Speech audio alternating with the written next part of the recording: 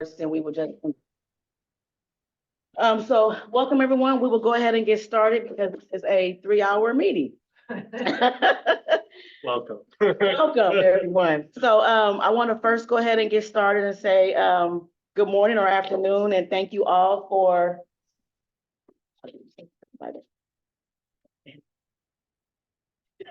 Oh no, I was given a second, forgot it. Just want to thank you all for coming to the Policy and Budget Standing Committee for the CAP. Again, first, thank you all in the room and those on Zoom for coming today for our special behavioral health and employment work group meeting. We, the Policy and Budget Subcommittee, are thankful to have you all here today to share your information regarding your services related to the just and impacted population. This information you provided today will assist us as a committee in making recommendations for the AB 109 Access Fund. So again, welcome, and thank you everyone for joining us today. I first want to start off by laying some ground rules and expectations for today's meeting by setting the table for the board members and for those that are in the audience. Today, as I mentioned, we have a very tight schedule, and the outline should have been provided to the individuals that are presenting today with the timing for each provider was set out for everyone. So I'm asking in respective of time that we stick with the allocated time provided for each providers in the Q&A sections. All questions and comments will be held at the allotted slots.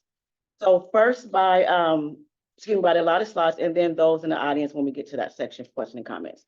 So some really quick housekeeping items we will follow for those in the room and on Zoom on how to provide public comment. For those in the public, please keep your participation on mute. For those on the phone, use *6 to mute and unmute. We'll hear comments first from board members and then from the public by raising your hand. I will now go over our purpose as a committee, which is to assist CAP in making policy and budget recommendations to advance effective use of the AB 109 funding and distribution. Okay, so now let's get to work. So we first have a few committee items to go over. I want to now go into our introductions and announcements. So I will start off. My name is Nicole Green. I am the chair for policy and budget. Justin Van Zerber, Vice Chair, West County. Jeffrey Robinson. We will now go for introductions for staff. Hi, everyone. Patrice Hillary from Office of Reentry and Justice.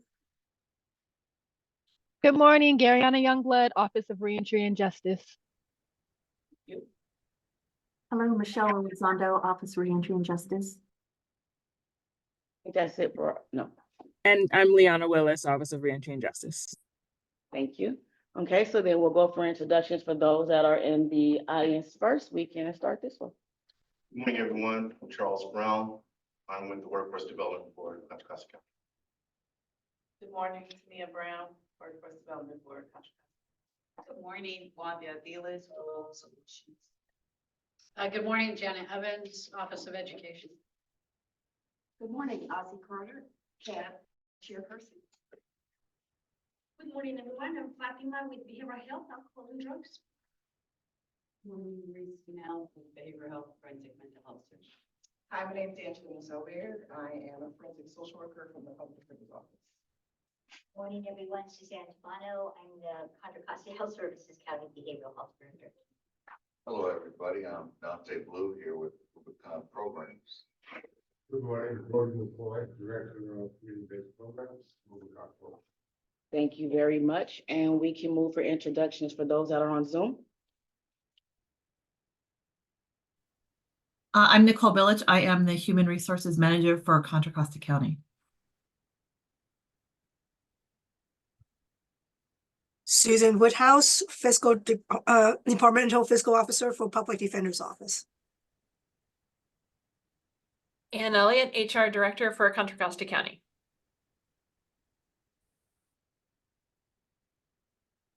Good morning, Rupel Stroud, Contra Costa County Office of Education, Principal, Contra Costa Adult School. Why would Dr. Jill Ray with the Office of Supervisor Candace Anderson. Good morning. I'm Renee Hurley, and I am a CAB member representing West County. Good morning. Kendra Carr, the co-director of the Office of Racial Equity and Social Justice. Good morning. I'm Kendra Carr, the co-director of the Office of Racial Equity and Social Justice. Good morning. I'm Kendra Carr, the co-director of the Office of Racial Equity and Social Justice. Social Justice.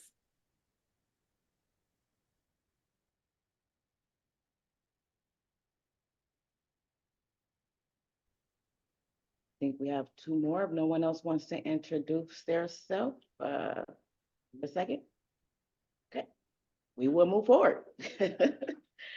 Moving on to announcements. Are there any announcements from committee members? Any announcements from anyone in the room? Seeing none, do we have any announcements for anyone on Zoom? Okay.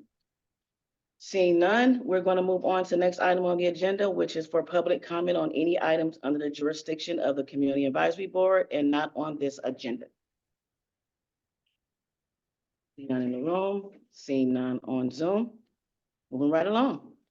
Our next agenda item will be for the approval of minutes for January 30th, 2024. It's attachment 1, page 4 through 6. If you can please pull that up. I'll give a few minutes for the committee members to look it over, then I'll be looking for a motion to approve.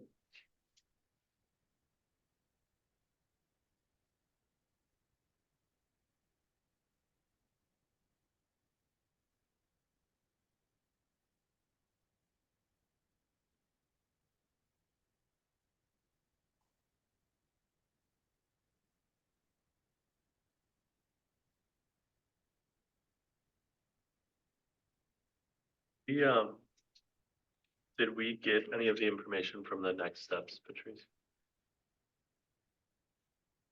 Did you get any of the information from the next steps around the utilization of shelter beds or? No, not at this time for this meeting, but they are welcome back to speak for the March 15th. I think Okay. that would be a good time. Have we requested that information? Okay. Can I do that to you? Yes. Great. I motion to approve the minute. Okay, so we have a motion by Justin Second the motion. and Jeffrey seconds the motion. Gary, you want to take vote, please? Yes, all in favor of approving the minutes from the January 30th CAB Policy and Budget Subcommittee Special Meeting. All in favor say aye or raise your hand. Aye. Any objections? Any abstentions? Motion carries. Thank you. Okay, so now we're going to go to the fun part. So we first want to start off with our behavioral health.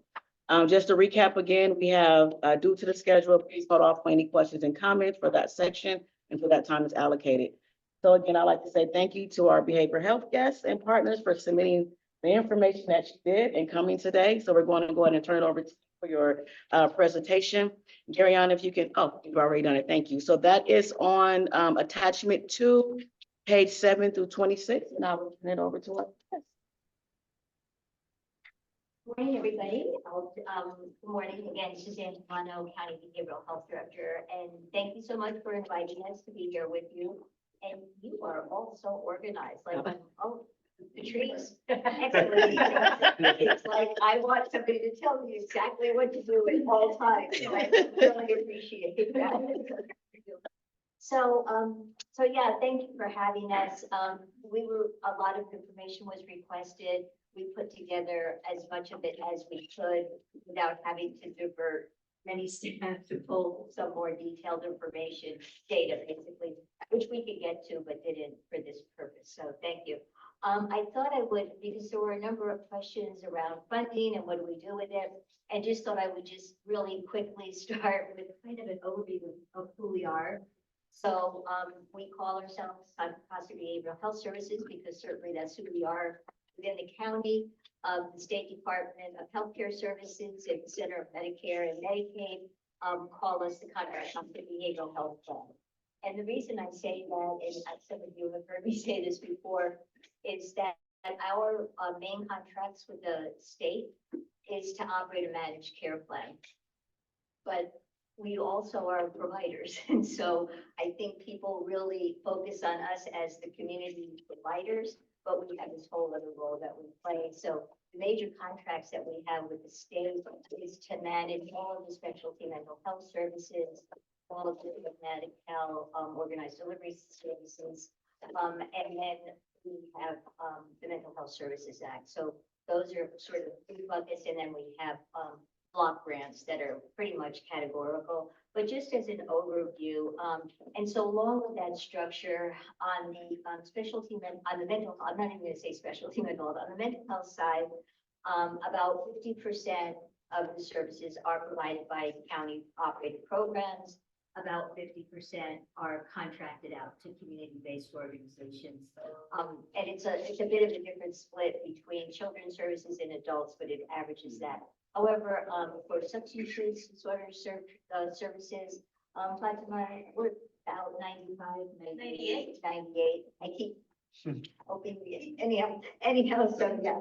So we really are operating this managed care system, and many of the times we are the actual provider. So we kind of go back and forth, have a lot of administrative.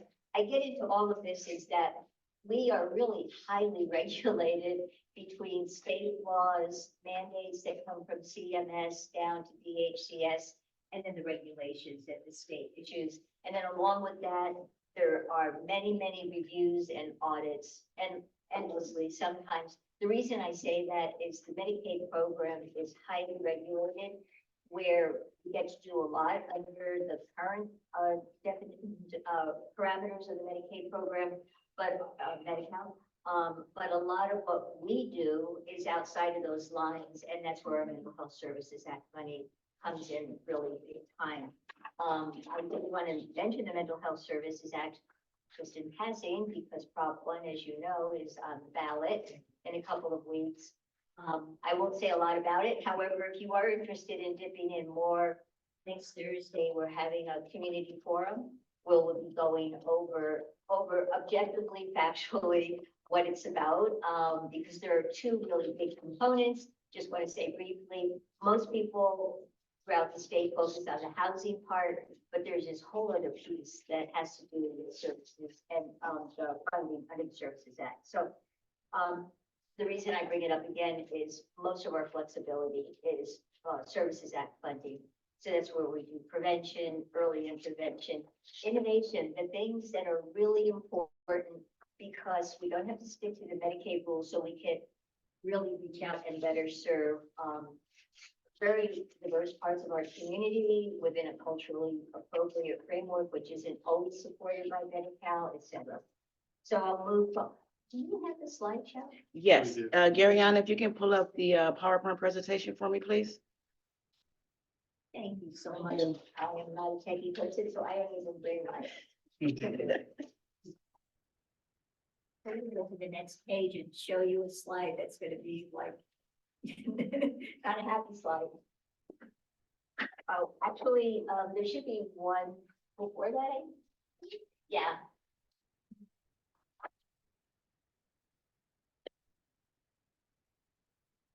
Okay, so I want to show this, but I don't want to go into great detail, but do want to say that Word Behavioral Health Plan, Contra Costa Health Plan is the managed care plan we live together.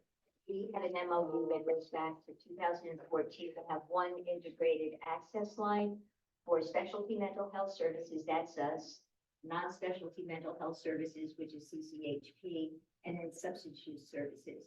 This diagram really is the formal access process in our system for specialty mental health services. This is what the state sees. This is what we talk about. It's very, you can see workflow, et cetera, et cetera. Again, I don't want to take your time walking you through it, but what I would add is there's this, and then we have everything else. We are a very porous system, which is the way we want it to be. So there's this formal access system, but then in addition, we get referrals directly from everywhere, and that's okay. We want it to be that way. So the access line, they manage referrals coming from primary care physicians, and then they also manage all the calls coming in from the community at large and from hospitals that want post-discharge, blah, blah, blah. I'm sorry, I should say that. Post-discharge services and supports. But really, when we look really at people who are involved in the justice system, that's where it's a very porous system that we have with referrals coming from number of you in the room, probation, law enforcement, detention, et cetera, et cetera. So this is the flow chart for specialty mental health services. And then on the next page, we could go to, and this flow for substance use, access is a bit different, because with substance use, mental health services, the state gave us these standardized screening forms to use. For substance use services, it's really ASAM, directed. So when people call in, there's, exchange, interaction, assessment, and then referral to the right level of care based on ASAM criteria. So that's the workflow for accessing substance use services, but again, that's a porous system as well. Okay, I always look at my fact checkers over here. So that's it. So we can go to the next slide. So, how many people do we say serve? That is a tricky number. What we gave you here are the Medi-Cal paid claims. So that means we provide services to people who have Medi-Cal benefits. We enter those claims into the system. They go up to the state decides whether or not they're going to pay on them, and then they'll send money back as paid claims. So paid claims just represents a portion of the number of people that we actually see, because the state doesn't approve all claims.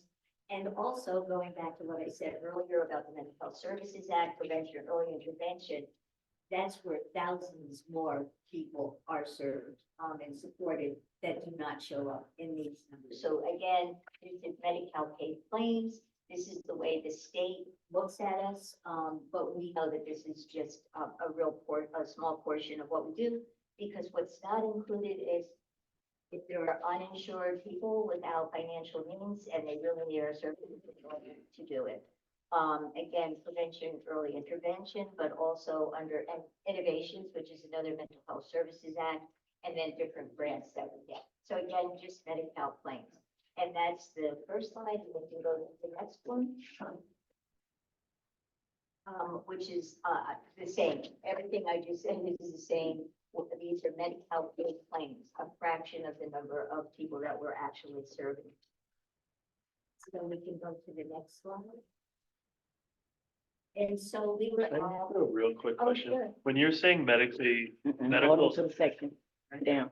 You gotta keep going. Go ahead. You didn't listen. Please hold questions to the allotted time frame. Okay, I like people. So, okay, so, we were asked, how many people do you Oh, I serve saw it. for the justice system? At this time, I can't really tell you the true number, but I can tell you are the number of people we serve receiving services through the specialized label programs that we have specific for people who are in some way involved with the justice system. That said, we are serving people throughout the whole county, all of our clinics, CBOs, et cetera, et cetera. That would just take a different kind of data pulling to come up with, and we're working on that, but I don't have that number for you today. So these are the numbers that I would say are programs specific to serving persons involved with the justice system. And then AB 109, that's general supervision, collaborative with probation, and Angela, I think, said that. I thought you just. There you are. There you are. I'm sorry, public defender. I'm so sorry. And so, and then we have assisted outpatient treatment, and that used to be an optional service. Now it's a mandated service. There's mental health conversion, and then there's the mental health evaluation team, which you all run. And then we also have in juvenile hall, so juvenile probation that's occurring within juvenile hall. And then also we have specialized services when you leave juvenile hall. So those are the numbers that we would say are the ones, the people who are actually accessing services with very specifically named programs related to the justice system, but that is just, again, a fraction of the people. And then the same is true for substance use disorder programs. Those we can see in the community, and then really thanks to grants that Fatima has very assertively gone after. have been able to build in some in-custody, substance use services also. And I know Calais will be a big, Calais and Justice of All will be a big discussion, but you all know at this point that we can't access Medi-Cal benefits for people in custody today. And so that really is what restricts our ability to have more providers in the detention facilities. So we can go to the next one. And there were a number of questions about money and funding, so that's why I'm spending a bit of time on that. And our funding is complicated, it's very graded. This represents our 2022-23 budget for mental health services. What I would say, and this is all public information, I always feel fine about sharing public information, is that for mental health services, it's almost $269 million. And then I'll talk about the substance abuse one shortly. And then you could see it's really a patchwork of funding. And again, if you notice that green color to the right, that's the Mental Health Services Act, that's almost 26% of funding. So that's what we're really watching around top one, which is a little complicated conversation. But just to say, every one of those dollars that we use in a direct service to a Medi-Cal beneficiary, that's matched to federal dollars to the Medicaid. So for every dollar we can put up, that's $1 for treatment. But we want and need to do a lot of things that are not Medi-Cal claimable. So we have to factor that in all the time. Again, the backbone of funding is the Services Act, but you'll see 2011 realignment. And then we go down to Medi-Cal, 1991 realignment, 2011 realignment, Services Act, and then it's there as Medi-Cal are the federal dollars that we bring into the county by using our local dollars. All to say, we have a balancing act that we want to provide services to people who are uninsured, don't have income, and need the services. And then we also want to provide services that don't fit into the Medi-Cal rubric because they just don't always work well for different parts of our community. So that's what we're juggling all the time. And then if we go to the next one. I don't know. Yeah. So this is the same thing, pie chart view of the graded funding for substance use services, which looks a lot different than the one for mental health. What I would say is we have said for decades and decades that mental health, community mental health services have been underfunded. What some of us have been saying all those years is, and look at how poorly services for substance use treatment are funded. And for decades, even at the federal level, that we come and do discussions about if you want to really bend the cost curve, which means provide better treatment to people, in my opinion, it's providing substance use services. But it's just, we have a divided funding mechanism from the feds to the state to us, the substance use money, the mental health money, and then we all have been figuring out how we bring those together as much as possible. So this is substance use, and then as a point of comparison to what I just said, it's about 33 million. So it's significantly different for substance use. So we keep looking for ways to bring it up. So we can go to the next one. I'm watching the clock here. We can go to the next one, which is housing types. So right now, this says, so this is for housing, most of it funded by the Mental Health Services Act, but some of it funded out of the alignment, because the Mental Health Services Act, at least to date, cannot cover any involuntary care. Mental health rehabilitation centers are locked facilities, involuntary care, so we don't use Services Act dollars, we use realignment dollars. But you could see that from master leasing to flex funds for housing, The shelter beds that I mentioned, we, actually invest over 2 million in shelter beds, and that's administered by H3. And then we have crisis residential programs and then transitional residential.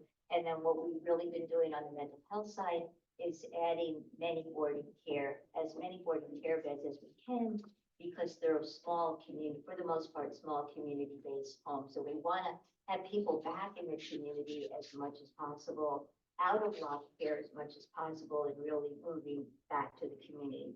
So that's that. At the bottom of it, you'll see these were one-time investments, but another almost $33 billion that we invested through No Place Like Home. So those were one-time investments where we partnered with usually development companies that were doing big projects, and then we would partner with them. They would submit their application for No Place Like Home, and then within these large projects, there would be dedicated units that we would then be able to refer into. And I'll tell you, it's really interesting because under No Place Like Home, the buildings that are going up, they're all over the county, including places that you wouldn't think, and I'm gonna stay quiet because I don't want to create any issues, but we're really trying to be broad in our approach. So the almost 32 million in one-time investments in housing, and this says 29 million. Actually, with the current year, we're getting pretty close to 32 million. So I say all of this because it's really necessary. Even more is needed than what we're able to do, and it's really different than historically when behavioral health was not responsible or didn't really sponsor a lot of housing, that we've really been moved into the housing work in order to support the people we're here to serve. But we are not the housing people for the whole county, although I think it's maybe a little misunderstood out there because we've been investing so much in housing, but really for people that we are referring in. So that's what I would say there. But then also, if you look at the bottom, it's another almost $1 million for recovery residences, also known as SLEs, which is the other place that we're looking to build out and add beds over time. In addition to this, we received a grant that will be coming of 20 million. That's the behavioral health bridge housing. Great. Time limited again. We in this group have talked before about grants are wonderful, but they come and then they go. And so we are receiving a grant of about 20 million, which is great. We're going to figure out as much of it as we can use for lasting investments, but a lot of it is very short-term transitional. It's bridge housing. And I think there's been a little bit of misunderstanding out in the general public about that. But 20 million, absolutely, and we're going to maximize it as best we can, but it is considered temporary and transitional. What I would also say is behavioral health bridge housing is connected to CarePort, which is a whole other story or probably discussion. So, I think those were our responses to the questions we received. I will just add a couple of things that I'm going to actually ask Fatima and Marie to talk about the two initiatives that were identified. And let's see, just really quickly, Marie, mental health diversion, MHD, do you want to just say a quick word on that? Sure. So we have had a mental health diversion program since the end of 2019. It's funded through the Department of State Hospitals. It's been considered a pilot program, and they're now transitioning into permanent funding for it. We've sent in our letter of intent to continue as a permanent program and expect to get information back within the next month on what funding will be offered and what the requirements are. And we're just going to be taking a planning process on diversion, state hospital diversion. Right? Yes, so this is the separate funding for community planning group, maximum for 5 years, 500,000, maximum 100,000 a year, and that's bringing together the people that will be looking at variety of ways to decrease the number of people arrested due to behavioral health needs. Thank you for that. And then, Fatima, do you want to just say a word about, touch point and crossroads? Because I didn't include them earlier. Yeah, it wasn't included. I just wanted to describe it. It's a new model that we started trying in 2022, right around COVID. Right around COVID, everything shut down, and you saw the access lines. People have to call and then their place. Our counselors do a phenomenal job at placing people on the spot. However, when COVID hit, I ended up with 5 counselors in administration, and I decided to move people out into the community and in the field and act as extensions of access. So they still have to go through access, but they have that ability that access staff has to really place people in real time where people are. And it's a model that was recently validated by our EQRO, that's as an auditor that just came, because what we've noticed is the number of calls at the access line to AOD drop, but that is because we open up touch points. We are really at spots where the clients are. We are in the court. We are in the jail. If you look at the number I provided for people that we've served at the jail, is very similar to the number of people that we're serving in the community for justice involvement. The reason is we're doing screenings and referrals to treatment inside the jail. So 335, I think I reported. And so the model of touch points works, is we're meeting people where they are. And then the model of serving people in the jail is also a highly effective model. And I do want to add that the numbers that we're providing for justice-involved clients is underreported. The reason is that's self-reported information. So not a lot of clients say, I have, I've been in jail or anything like that.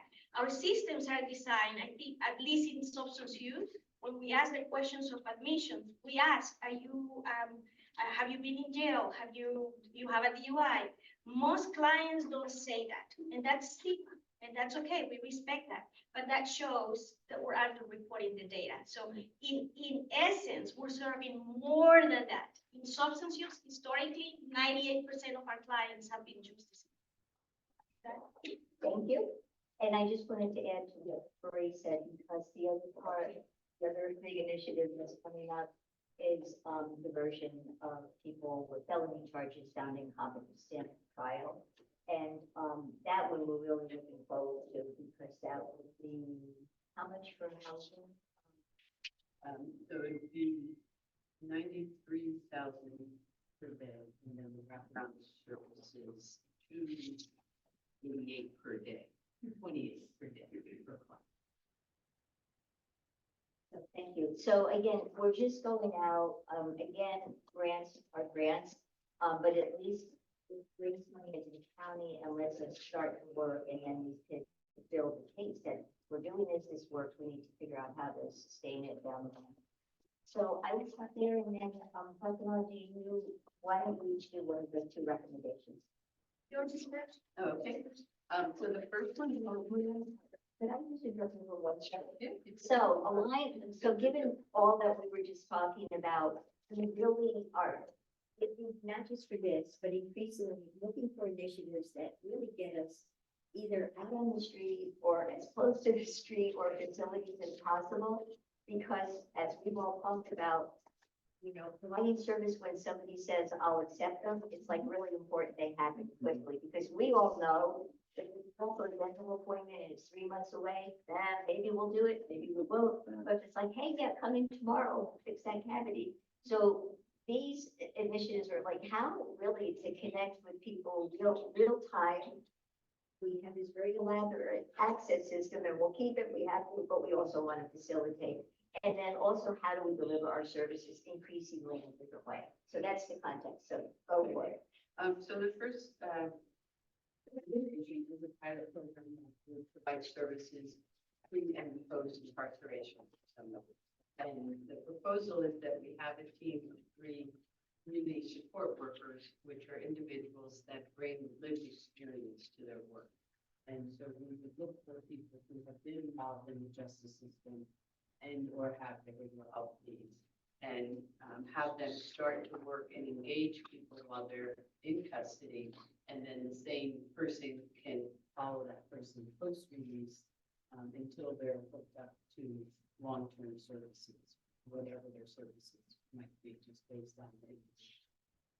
So some of the value of having this peer support is that they've been involved in the justice system. If they've been incarcerated, they understand the culture of being incarcerated and transition into the culture of successfully being in the community, with the goal always to stop or decrease with recidivism, so that we can bring people out of the justice system and have them be in the community to be successful.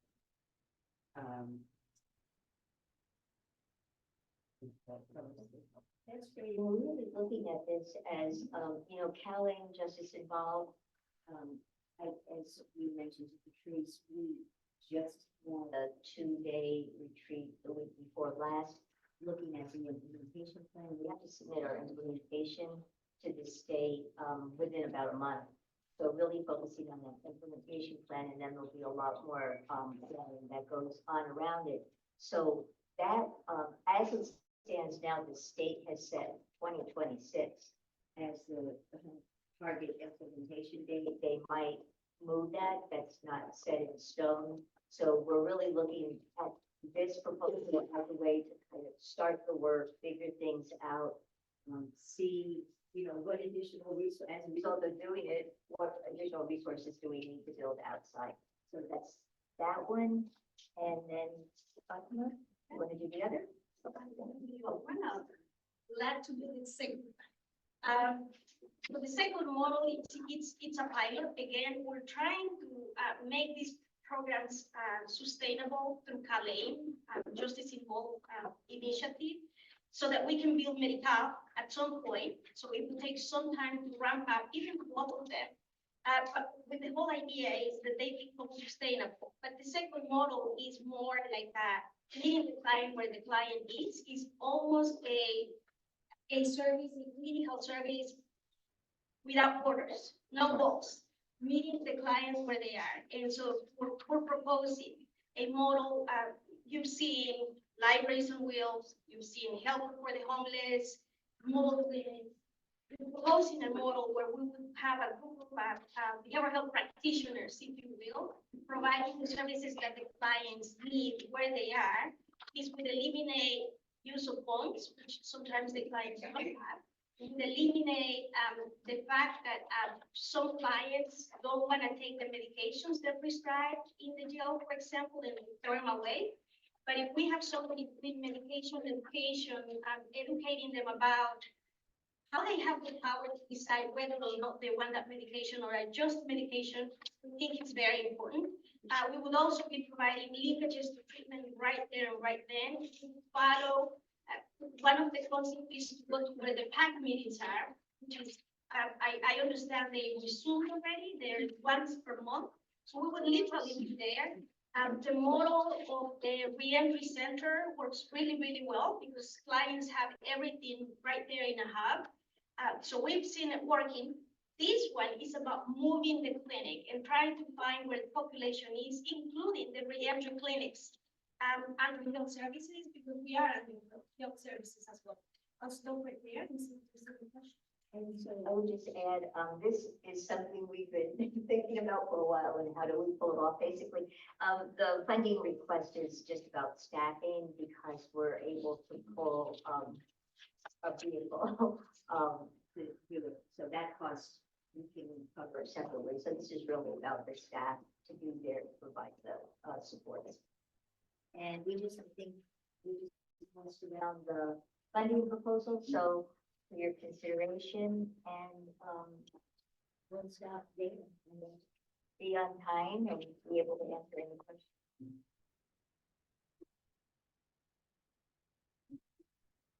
Thank you very much. You were perfect, right on time, like to a T. She was right on time. Thank you so much for this robust presentation and the information that you all provided. We'll now go into questions from the committee, as well as any questions within the audience and those on Zoom.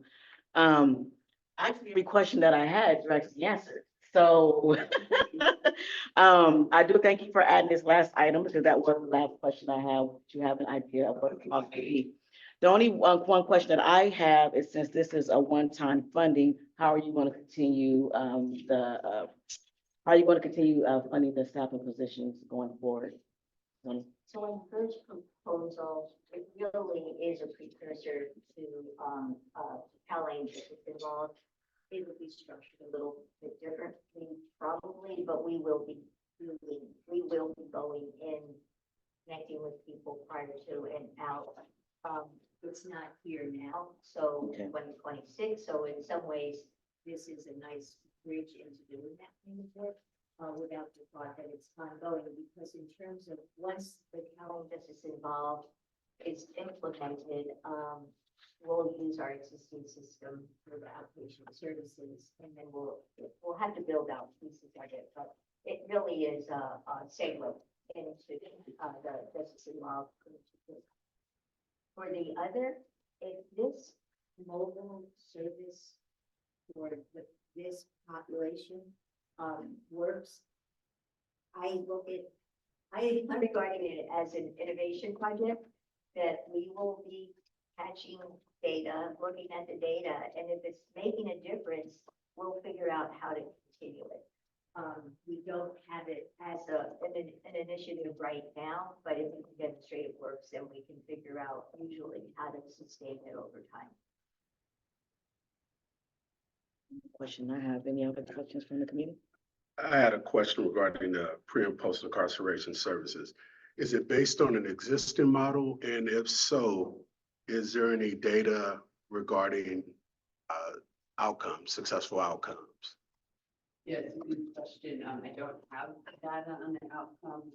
We had previously, prior to COVID, had a very similar, offered similar services where our current clinicians and CSWs at the outpatient clinic was going into custody, providing both individuals with draft and then following them. And I think when you say that is on Fatima adding the substance use counselors by way of significant increase we saw people who impacted. So Fatima, if you want to say what? Yeah, I don't have the data off the top of my head right now, but I will tell you that 60% of the clients seen in the jail make it into treatment, if they are willing to go into treatment. Right. Because we're not fortunate. We have 3 tracks in the jail. One track is full treatment, consider it residential treatment inside the jail. The second track is for orienting people into treatment. Many people in the jail, I want to say 68% of them, never went to treatment, didn't know what the treatment was available, that wasn't going to cost them a penny. So we do an orientation track, let them know, hey, this is available. Do you know anything about this? Almost like ABCs about substance use. And then there's a third track, which is clients that are ready to be released, that like in a short period of time. And we talk to them about, their interest in treatment. If they're ready to go, off they go. And so we fast track those clients. They don't need to wait anything. Those clients who are transported to support or who have the support that Marie is referring about, they make it into treatment. Those that are just left alone, they don't. They divert in the community. So the model is strong. Would that be something you'll be able to provide us with a little bit later? Information regarding the previous, as he said, is there any program that this is modeled after? It doesn't have to be a big summary, but like some data of the outcomes when from that information. Yeah, we do that. Kind of piggybacking, thank you for all the information and the additional support. It's really appreciated. Kind of piggybacking on the data question with regard to the mobile clinic, or not clinic, but mobile on demand care. Twofold. One, do you have any concept of what success would look like with this? I know it's abstract as a pilot, but 10 people that we're trying to serve over a year, is it 100, is it 300, et cetera? And then has there been any discussion or attempt to try to integrate that type of approach into other services that are already across the county? You referred to the library and homeless care that are doing initiatives similar. So is there a way to kind of web these approaches together? Yes, actually, I had this meeting with Parole, and they already running the PAC meetings again, which they used to run prior to COVID. They just resumed those.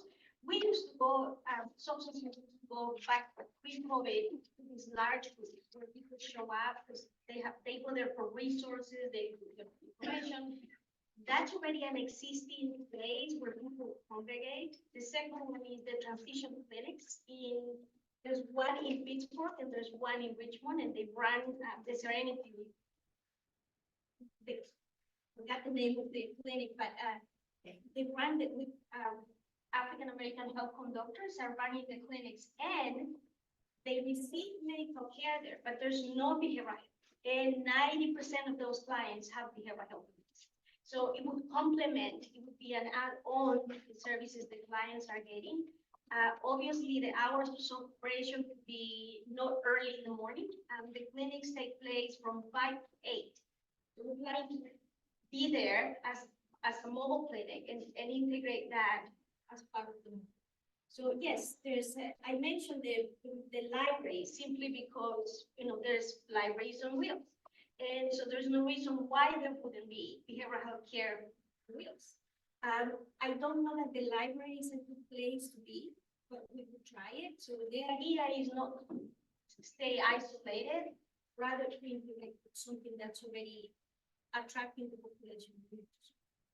It's really helpful. Can I just double click a little bit deeper into that? So you're talking about aligning with approaches that are already in the community where the population is already coming. So what's the advantage of having this quote unquote mobile clinic? Is it that the property and ability to provide services is not there?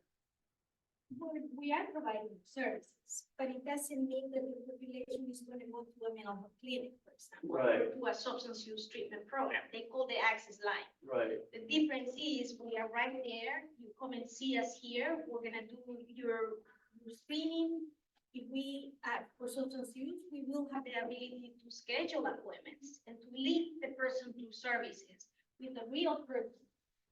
For mental health, forensic mental health is already doing some of these. So it's just bringing the services to where the population is instead of them calling the access line. And medication management is really, really super important. I say that for both substance use and mental health. Most of our clients are now co-occurring. So this internet really does work for them. So I think if you one example of how this is working, if it would help. We have a client through our AOT program that he is the regions who will not come in to an office or food, but he will take a long-acting injectable regularly if it's brought to him in the community. And he's, as Fatima was saying, he struggles with both meth and addiction, and he's been able to stay in the community successfully, purely because he's on this long-acting injectable. For 2 years.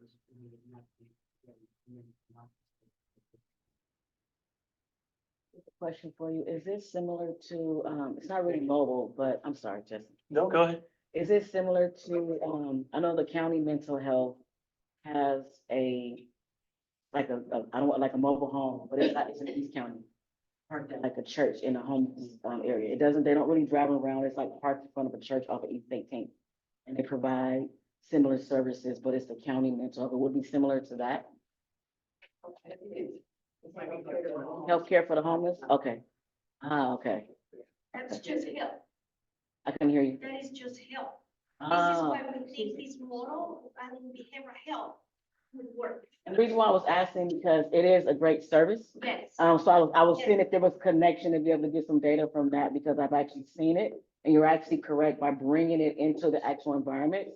So by bringing it there for those right where the home, there's showers there, there's backs that's there for the hotel. They brought it right where the homeless is to be able to provide that health service right. So, I mean, that's the reason why I was trying to see if there was some kind of connection for the data points. There is, and the other goes goes to the point also that we're really trying to build a system that, and it's never really possible to have a whole system this way. Right. Care on demand.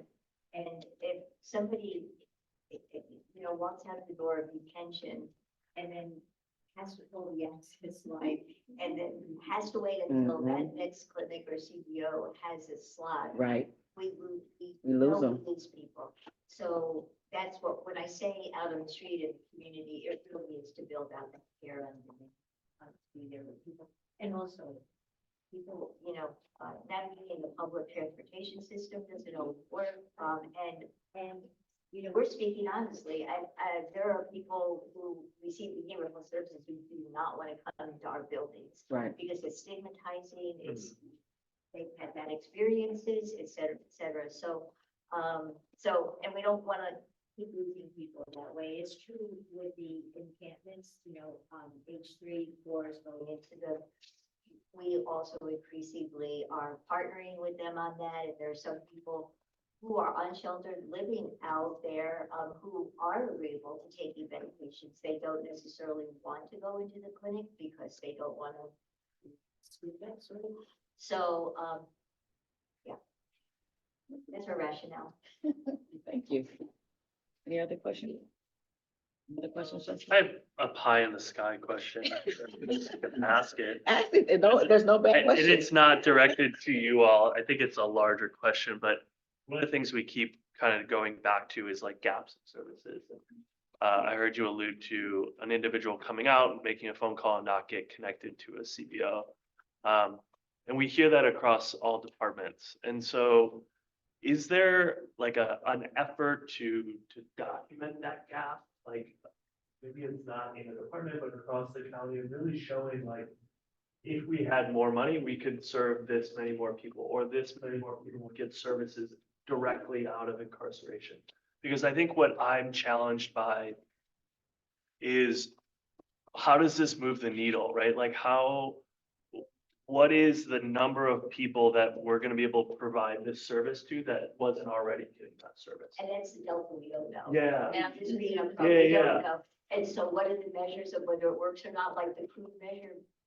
The crude measure, are enough services provided that warrant the investment in staff that are there to provide the services? So that's a crude Yeah. measure, but I would look at, are people coming in that we weren't able to engage with before? Are we actually connecting with them in a better way? And then getting them really engaged in services ongoing. I think the other is, you all have heard me say this, we so value the role of people with lived experience. And if I, our A3, our mobile crisis program, has a very diverse structure to the staffing. Many people with lived experience, and they will tell you if they were here, sometimes that's the connection people will make, not the licensed clinician that's standing right next to. I don't want to diminish the role of the clinician, et cetera, because they play a big part also, but we really see by really approaching things holistically. And our mobile response teams we really respond based on what people need. So it could be mental health, it could be substitute, it could be both. And so we're really trying to build out the system in that way. Looking at timing for the sake of time. Nicole? Yeah, I just want to go to that if you have any public questions. Go ahead, Jill. Jill. Hi there, thanks. On the data question, Susanna, it seems to me a data point similar to what we're tracking with AOT, which is, how many days incarceration and in PES prior to AOT versus post AOT or during AOT. Seems like that would be an easy data metrics to duplicate with that pilot program that you're talking about. Yes, Jill, and the state's asking for a lot more data than they ever asked, but we're asking ourselves for more data about what to do, and so that means like really building up our data and informatics group, which I'm in the middle of reorganizing right now. It's like having that infrastructure to dig in and do that kind of data collection and analysis. So yeah, we're working on it. Any other questions from anyone in the room? Go another minute, because I have another question. Oh, yeah, go ahead. Oh, We sweet. still have Uh, 1 minute and 5. all right, I got 1 minute. I'll make it quick. It's in your first page of your narrative, you, down below the table under funding source, you stated in fiscal year 22-23, our forensic services served 152 clients by MHPT alone, AOD served 339, and I think what this is talking to is kind of that connection and referrals. Is there something else that can be explored that would support more referrals or more of that direct connection? I know that you proposed the being inside the jails to support that connection beforehand. Is there any other concepts that you all have been tossed around that would support that? Let's see, they might be able to join in. I mean, really, the lived experience is one of the big pieces of it, quite honestly. The other is, and I said this before, by state standards, when the external review organization comes in, we're above the state and even other large counties in terms of when they break everything down by race, culture, ethnicity, et cetera. We're above. Yeah. But we look at it and know there are people that are not receiving the services Right. because they're not culturally appropriate in some ways. Okay. And so that's why under PE, I mentioned PEI, but also our innovation grants. It's really to figure out how to better connect with people and use more community defined practices that Medi-Cal doesn't support. So it's, it's like we can say how many people we serve, and yes, we're above all the state averages, but when we look at it, but we could be doing a better job. Yeah. And we kind of shifted our approach here and there, particularly taking into culture, et cetera. So, yeah. That's really good feedback. Did you have something to add? I was just gonna say with the numbers we gave in terms of the justice and hospital, the four specific forensic programs, those are. Can you speak up just a little bit so folks on Oh, the yeah, line here? those are based on, individuals who have been booked into services or in our electronic record system. Okay. We get at least as many referrals that they don't meet the legal criteria for either of the programs, but we continue to offer them Yes, sir. services, and they are just as simple. Got it. Jill, you didn't hear that, Jill. Close your ears, Jill. Well, fortunately, Maria is talking so quietly, I actually can't hear her, so Oh. you're good. Work out. Awesome. Thank you all. Awesome. Yeah, Thank no, you so much. Thank you for your time. We appreciate it. No, thank you. I really appreciate that, and we really thank you again for providing that, all that information. You are allowed to stay for the whole 3 hours if you want, but I do understand if you do have to leave. Thank you again. Okay, since we are done with those questions from the committee as well as those within the room, we will now move on to our second part. So we're now going to move over to employment. The employment section, this section of the meeting was broken down into 2 sections. So I just want to give a brief recap of how this one is going to be broken down by. We will first hear from our County Human Resources Department as they have submitted a presentation. And again, we will hold off for any questions and comments for that allotted section. And then after that, we will then hear from our once Human Resources have completed their presentation, we will then move on to our employment service providers, which will be the Contra Costa County Office of Education, Rubicon Services, and the Workforce Development Board.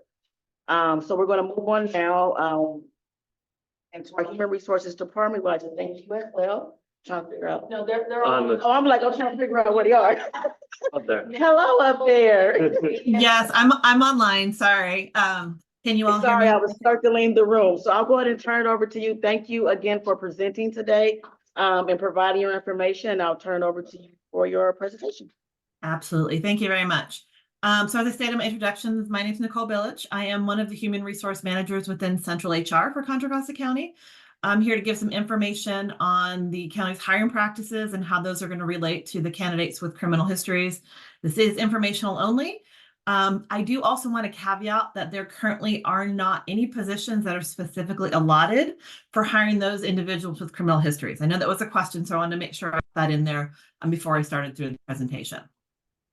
Could you go to the next slide, please? Thank you.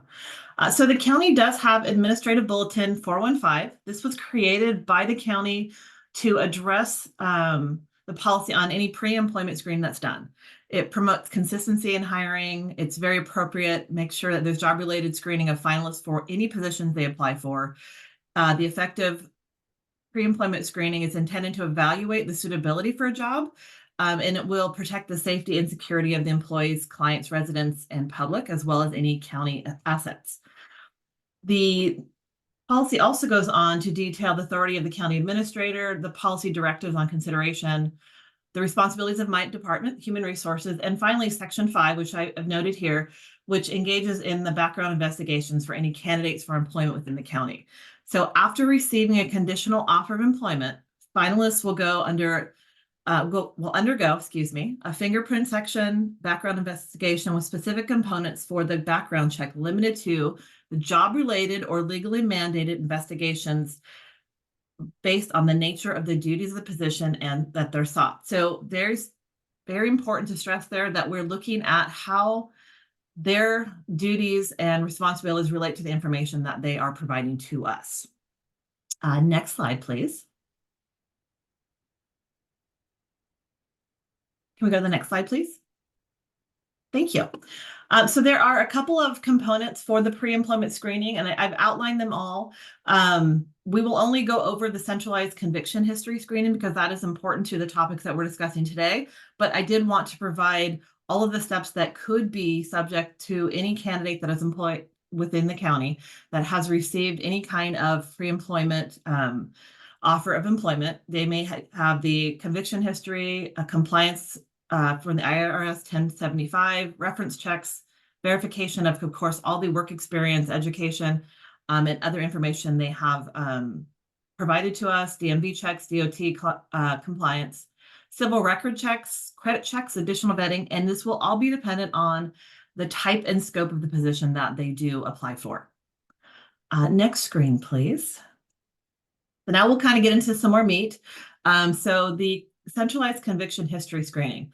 So this is something that the county, we have policies that are consistent with the EEOC, for the Equal Employment Opportunity Commissions. There is the Civil Rights Act of 1964 that has certain components of this criminal history screening that we will look at. We do have a policy around this. It is something that those within my sections of human resources go through. For this, there are 5 bullet points that we'll point out. One of them, and I will go through each of them, but for the purposes of knowing what I'm going to be talking about, centralized confidential review of the conviction history information, elimination of self-disclosure, which is ban the box. Everybody's heard that within California, or the Fair Chance Act. That was removed actually to have the self-attestation of previous conviction that is initially with the box on employment applications removed, so that this is not considered when reviewing the backgrounds of possible employees, pre-employment assessments, position-based nexus determinations, and the limited need to know disclosures to hiring managers. So I'm going to go through a couple of these and just kind of talk through them a little bit so you understand what they are. Our centralized confidential review of the conviction history. So what happens within HR is we review and analyze the candidate's conviction history information. So we will go through and determine and what we call nexuses, and I will show you a graph of this, but if there are nexuses between the criminal history and the offense that has been committed, as opposed to what the duties are for a position, certain populations that they may be exposed to, if that is going to provide any kind of issue or potential issue, legality. And we're also going to look at, are there anything that sticks out from the conviction history that is going to have us pause and potentially be concerned for the safety of others. We also, as I said, elimination of self-disclosure. So the candidates that are selected Information will be collected from them at the point of the conditional offer and will be attained it through the California Department of Justice. They will be run through the DOJ system as well as the FBI system. And that will only be after pre-appointment. So it is not at this point, someone has been determined that they are qualified for a position, then and only then will we have these checks run. So part of the initial review, and I want to just make this really clear, is not based on any type of criminal history. We have no information on that when we are screening applicants for positions. So it is not something that we will automatically ban any candidate for because of that information. We will do a pre-employment assessment, which is a review analysis of the history that we do get back from the DOJ and FBI, which have been conducted prior to their start of work. If we do determine through what we're analyzing that there is a nexus, which means that there is some sort of potential connection between what the criminal history was and the position that they are potentially going to be placed into, that we will review that and see if there is, what the nature and the gravity of the offense was, the degree to which it is related to the duties of the responsibilities of the position, how much time has gone by, because that is a factor, the age of the candidate at conviction. We have had candidates that have had done things when they were a youth. Is that really relevant today? The frequency of the conviction. So has this been done more than once? Is this something that's consistent? Is it kind of something that happened one time? Any evidence of rehabilitation. So we do reach out to candidates, and I will go over this a little bit more in detail, but we do want to find out the information on anything that may come up. We do want to give them the opportunity to provide information on any rehabilitation they've had, any other details regarding the conviction that might be relevant for us making a decision for employment for them. And then any other mitigating circumstances that might be relevant that could help us really determine if in fact there is any kind of concern with bringing this person onto employment with the county. Important to note that we do limit the need to know disclosures to the hiring managers. So we do not disclose this non-nexus information, the conviction history, to any of the hiring managers. This stays within Central Human Resources. We are the only team that reviews that. We are the only team that will work through the nexus and figure out if there are determinations that potentially will cause some sort of concern for the safety of others. We will also ask the departments to fill out position-specific attributes, which are what certain questions, that we ask around what the position duties are, such as, will they be required to drive a city vehicle? If they've had DUIs, for example, that may not be something that they're able to do. Will they require working around hospital, libraries, nursing homes, public parks, places where you're going to find vulnerable populations? Will they regularly be exposed to children, elderly, or the infirm? So depending on whatever convictions we find, this is really important information for us to know. Will they have face-to-face contact with the public? Really important for us to know. Are they at a reception desk? Are they at a ticket desk? Are they, if they've had a certain offense that may be a concern in these types of settings? Also, will they have contact with animals? We do have people that have had history with convictions around animal offenses. We do need to know, are they working in an animal shelter? Will they have oversight of animals? Those can all be things that are of concern. And will they be signing official documents, applications for permits, benefits? Will they have access to money? Will they have access to personal information, credit cards, banks, cash, other types of payments, employee payroll, or personal employee information as well? And these are things that we do a really thorough analysis of what is going to be entailed in these jobs. And if it is a concern for any of the confidential information, anything that's privileged, such as a social security number, that we know right away from the department, if these are any of the things that a person will be regularly having to review, we can use that information as we're looking through our review. And this is not a conversation with the departments. This is actually, they have to fill it out aside from the process with the candidate, but we will have all of this information. So then we are able to ask the potential candidate more information on any of the offenses that have occurred and allow them to provide information to us that may dissuade us from saying maybe you may be barred from employment. We would like to know all of the details around that, because it does help us in, once again, making sure that employees and the citizens of Contra Costa are safe, and that we're not putting them in harm by making a decision to bring someone into a position that may allow them access to things that they should not have access to. So one of the things with that, and these are process standards that we talk about, it's going to go through this determination process that you'll see this little flow chart here. So as we get the conviction results, we will review them. We have a look back period. This is called a relevancy standard, a recency standard. So under state and federal law, we have to consider things like the amount of time that has passed since an offense and the completion of the sentence that they served for this offense. We will look back criteria when reviewing the history for felonies. We look back generally 10 years from the end of the sentence to the date of the pre-employment vetting for the county position. For misdemeanors, we look back generally 5 years for the end of sentence and the date of pre-employment vetting with the county. We do have a forever look back for certain types of convictions, such as murder, attempted murder, mayhem, arson, and sexual offenses. If one of these convictions does appear on the record that we've obtained from DOJ and or from the FBI, it is reviewed no matter when it occurred. However, these do not preclude a candidate from employment. We will still go through our review process. We still will ask for information regarding what happened with the offense, what has the rehabilitation been. We will still attempt to get all of the information from the candidate so that we are able to make an educated decision moving forward for employment. The second part of that is the relevancy standard, sorry. And how is that conviction record relevant to what they're doing? We evaluate the history in relation to what we call our position-specific attributes, which are attributes that we use for the position against the candidate conviction history that we evaluate in order to determine if there's sufficient job-related connection that exists between the conviction and the duties of the job in question. Really kind of the same things I've been saying.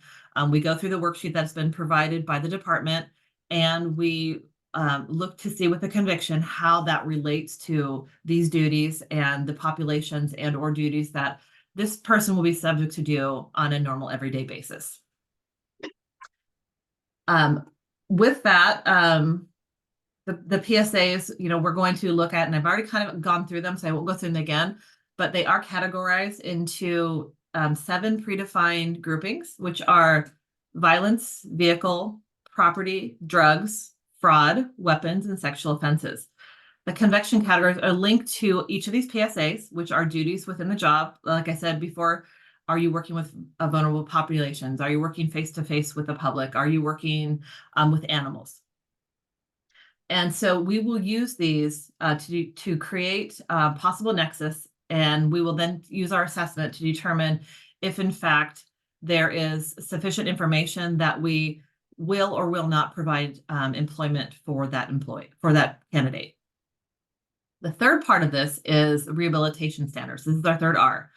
As part of our evaluation that we conduct, following identification of this nexus, if we do find that there is some sort of alignment between what the duties are and what the offense was, we will review any documentation that it will be submitted then by the candidate or on behalf of the candidate, such as if we've had parole officers sending information on candidates and rehabilitation processes they've gone through, programs they've gone through.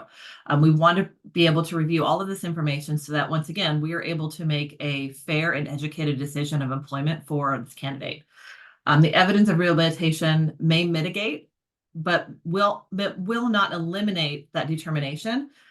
It is used solely for determination of the effort to refrain from behaviors going forward. So we're really looking for, is there the possibility that this occurrence will happen again, that this offense will happen again, particularly within the line of duty that we are hiring them into. So we do want to make sure that we do have sufficient information regarding rehabilitation that we can confidently move forward with a candidate into a position. We do contact them in writing. We do ask them to submit all of this information, evidence of the rehabilitation letter. Like I said, they may come from probation officers. They may come from agencies they have gone to work for doing the same type of work. We want to make sure that we really are thorough in what we're reviewing, how we're reviewing it, and that we're really making a good decision when it comes to the employees or the candidate for the position. So as you can see, we're kind of flowing through the chart. We've had our evidence of rehabilitation. We've received the information back. Once this is reviewed and we've got all of the information back from the candidates, which we may go back and forth once or twice, just depending on the information we receive, we do want to make sure we give sufficient time for the candidates to provide information to us, and also a period of clarification if there's anything that was submitted that was not clear in what we requested for the backgrounds. We do want to make sure they have that ability. We don't want to discriminate against anyone. We don't want to give anyone or take away anyone's due process for a position. So once that has happened, we will then either recommend a not hire if there's a nexus and we've not been provided enough information that satisfies the 3 R's that we've just discussed. At that point, if we are unable to recommend that, we will contact the department and we will let them know that the recommendation of Human Resources is not to go forward with this position. And flip side, if we have received enough information that we feel confident that this is a good hire and we should move forward, we let the department know that they've successfully gone through and passed the background check and they're able to move forward with the job. And then we will then notify the person that we've talked to about our decision, whether it is a go forward yes or it's a go forward no. At that point, then the department, if it's a hire, is able to then reach out and talk to the candidate about a position. That was my short Cliff Notes version of what happens in HR as we're going through this process. Are there any questions on that? Thank you for that. And I really enjoyed your presentation that you provided. I mean, it was really clear and uncut in reference to those steps. I don't really have any questions in reference to what you presented. It's really nice to understand that flow. And I did learn a lot about the process for those that are justice involved and the breakdown of, you know, how long you look back and what that process looks like. I guess it really isn't a question with the presentation. I think for me is, do you have any recommendations for CAB to really on how to get more, I guess for me, justice involved individuals to want to apply? One of the things that I see a lot of them don't apply because they don't think they have the opportunity, or they'll give up, you know, when they get to that step of asking about their background, or they think when their background get pulled, so they don't really apply for it. Do you think there's ways that to better educate them to want to try? I mean, understand this process that you went through, I never knew about that. So I think that could probably encourage more to want to apply. But do you have any recommendations for us? It's a 2-part question. Do you have any recommendations? And the next part is, how long is that process actually from the time they apply, pulling their nexus, going through the whole, is it a couple of months, a month? What does that look like? I will do your second part of your question first. So timing wise, we do hope that it's not months. We do obviously want to make sure that there's enough time for the candidates to provide information to us. But for example, once information is submitted to the Department of Justice and FBI, so we start the background process, we can receive information from them anywhere starting from 48 hours up to, if we start having a lot of convictions that come up, it could be a week, a 2 week, potentially 3 weeks, just depending on has the candidate moved around a lot, because now they're looking in different counties. So that part, it doesn't really take that long, but it can, depending on the candidate, how extensive a background it is, what areas they've lived in, if they've been in other states, they've been in other countries. That can take, but we unfortunately can't control that. We would love to, but we can't control that portion of it. But once we do get that information back, we move on that with the candidate almost immediately. So we make sure we review our DOJ results every day to see if we've got anything that's come in that we need to review and keep moving, whether that be just looking at it and having no history and telling the department move forward with your hire, or if it is we need to get some more information, in which we tell the department that we're waiting for more information on the backgrounds. We haven't got them yet. As I said before, we do not release any information regarding that candidate and their background to the departments. So once we send out that letter, we try to make sure, like I said, to give enough time to that candidate. Usually we get information back, so we email it as well as send it in the mail. So they have both versions of it getting to them. We usually get at least an email back within 2 or 3 days. People are very curious and they want to provide information. We try to be really open and really honest with all of the conversations and questions that we have regarding how the process works. And we try to be really clear that just because you have a criminal history does not mean that you're barred from employment. Does not mean that you are now no longer a candidate for this job. You are still in the process. We are just trying to collect information to find out what was involved in that history, and kind of, once I said before, going through the 3 R's to see if in fact it's going to be still a good fit, or if in fact there's enough there that we have to unfortunately not recommend hire. So not really giving you an answer on numbers because it's really hard, but usually that process, I mean, it can be a month, just depending on how many times we have to go back and forth and how long DOJ takes. In the case of someone who may have something simple and we were done, I mean, we can get it done really quickly. For kind of a nexus for you, anyone who doesn't have a criminal history, we usually 48 to 72 hours, we have a history back and we've moved on with the department to hire. So we try and move on it as quickly as possible. As for recommendations, and I also have my boss here, the HR director, Ann Elliott, she is on the call too, so she may be chiming in. As for recommendations, we do try to make sure that everyone who applies for jobs knows that we are not barring you based on criminal history. There is no longer that box on the applications. That has been taken off many years ago. Ban the box, everyone's very familiar with, I think, that term, so that by law, we are no longer looking at your conviction history as part of our review of your qualifications for a position. And Anne, I'm not sure if you want to add more to that. Just reiterating to some extent the some of the comments that Nicole started out by saying that we don't have any positions that are reserved for individuals that have been involved with the justice system, but to restate that perhaps, because every position is available. And so that's something that we want to make sure that is clear, that from the very beginning, at the point that a candidate applies for a job, it's only after the conditional offer is made. And when we're doing the nexus review, the purpose is to get to yes. So when we're reviewing the materials, when we have something that, regardless of what the past includes, if there's not a direct nexus that represents a concern, then the answer is yes, and we move forward. So we wanted to make sure that we were explaining that priority for us, that we're not looking for reasons to say no, we're making sure that we have all the right reasons to say yes. Go ahead, I'm done with my, thank you. I'll pass it to the committee member. All right. Yeah, thank you, Nicole, for the presentation. Thank you, Anne, for being here and kind of adding some context.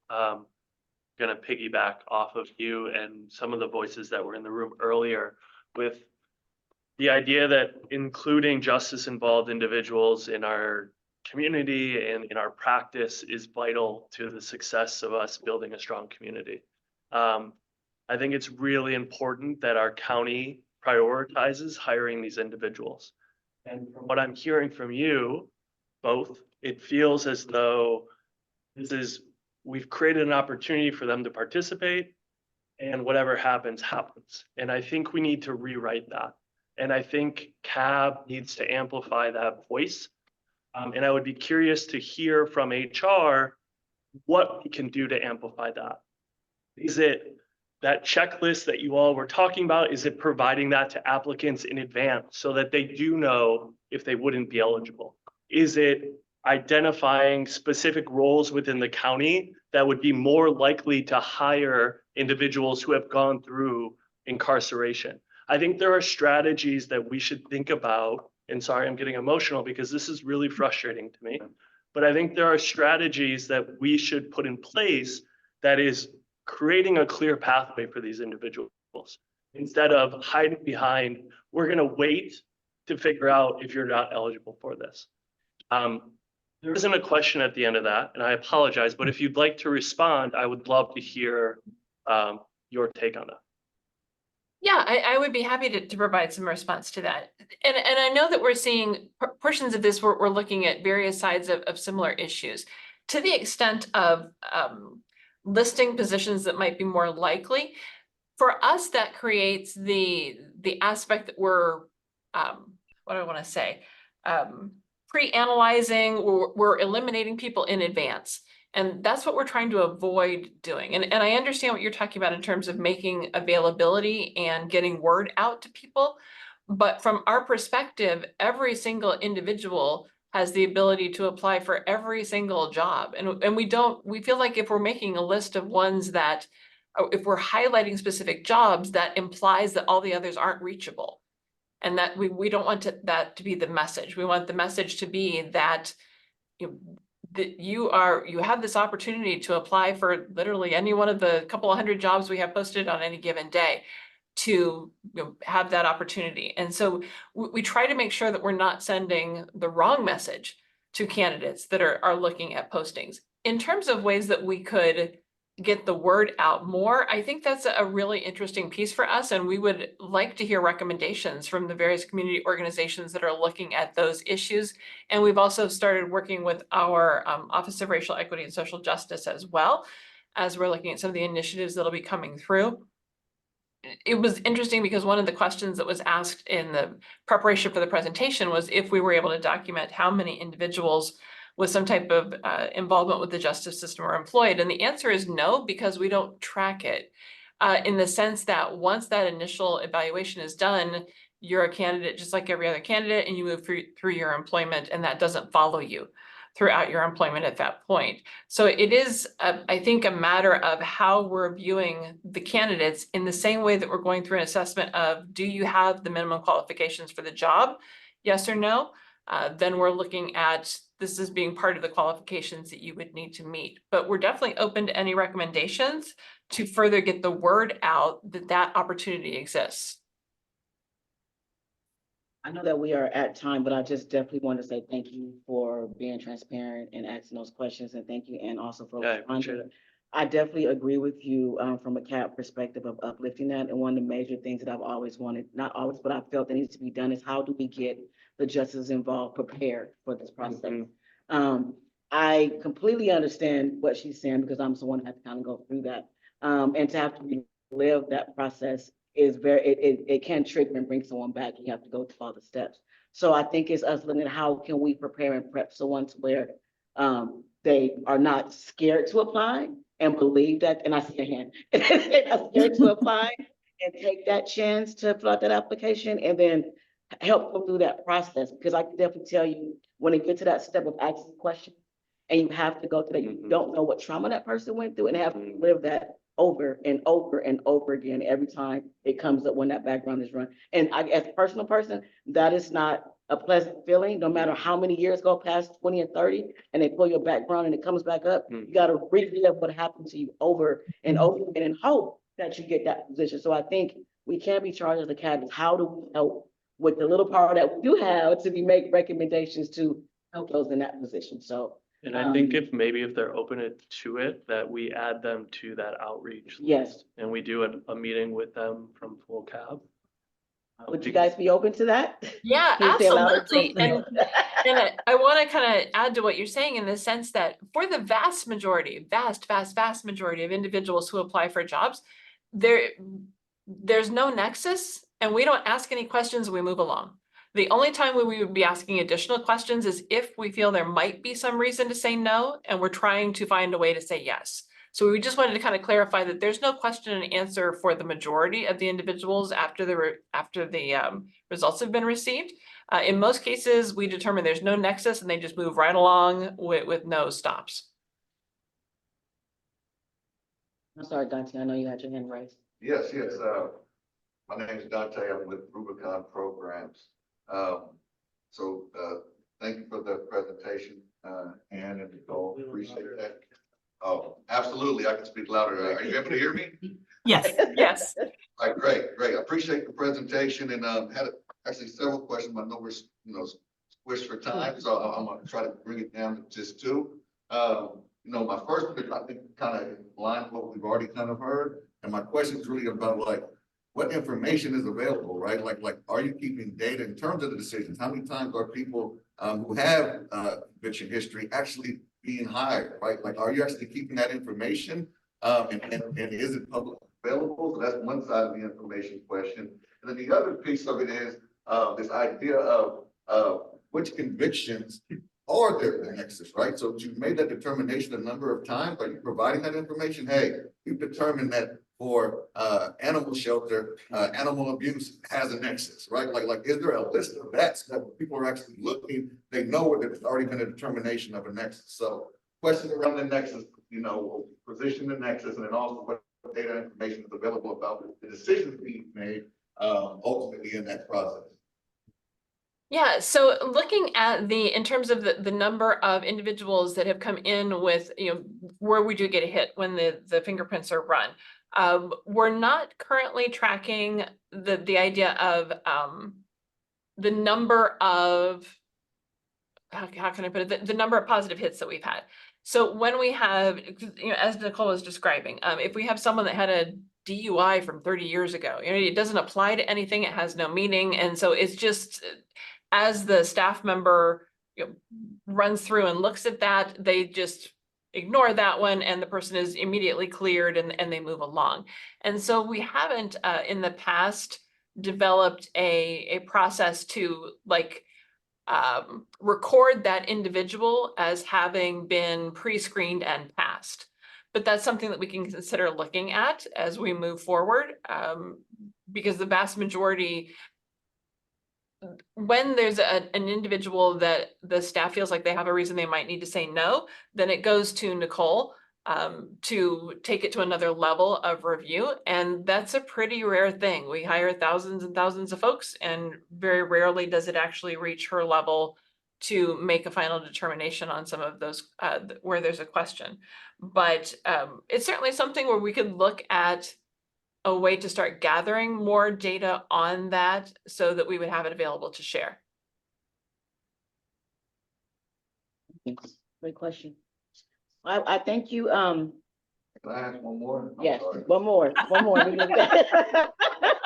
So, I was looking at the presentation, and, one of the things in our work, right, we're economic empowerment, and we see a huge nexus between individuals who are, excluded from traditional, jobs and things of that nature, right? That history, and then end up having a credit history that's negative as well, right? And so what we've seen is that in our work, we try to help individuals with that kind of entire picture. And it's interesting to see that there's credit checks where, most credit companies tell you that this is for loans and things of that nature and not for employment decisions. But I'm interested to understand how that works, especially with this understanding that not only, generally people don't pay bills that they don't have money. If you're trying to get a job, it puts you in a better position to pay your bills, right? So Definitely. With that reality, how are credit checks used in employment, and that in all jobs or certain jobs, and who's making that decision? Right. No, absolutely. And you just hit on part of the answer. It is absolutely not for all jobs. So the list that Nicole provided was the all-inclusive list of anything we might have that would be, and she was referencing the administrative bulletin that gives us the authority to do background checks of any kind.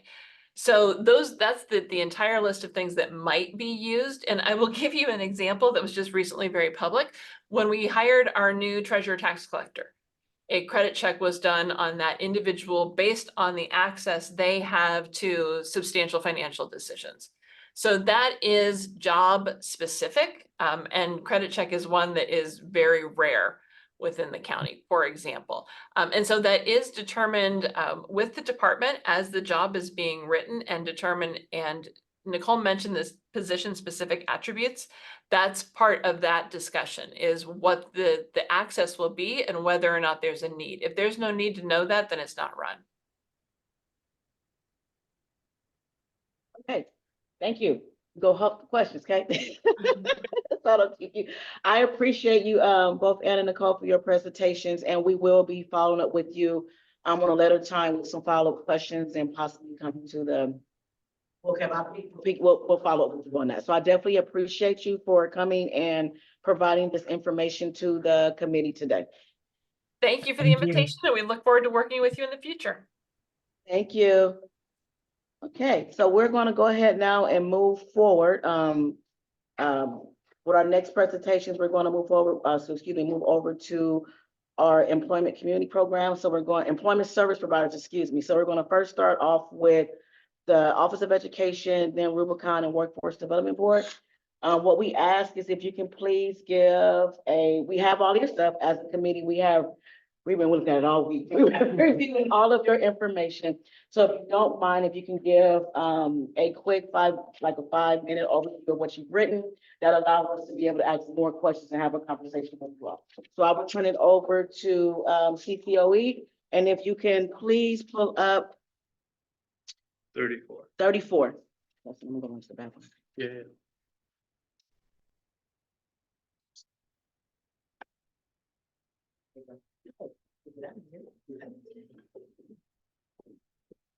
All right, well, good afternoon, everybody. It's good to be in the room with you. Janet Evans, Need Reentry Transition Specialist with the Contra Costa Adult School underneath the Contra Costa County of Education. Rappel Stroud, our principal, has joined us by Zoom, so he's here too if you have specific questions for him to answer. So the adult school that exists in the 3 county jails has been contracted with the sheriff's office for more than 4 years to provide educational services inside jails. We currently provide everything from being able to obtain your high school diploma or your equivalency, just basic skills, as well as a variety of personal development courses, such as the DUCE program, which is a court-approved drug education program for students. Some are court-ordered to take it, and some just take it voluntarily.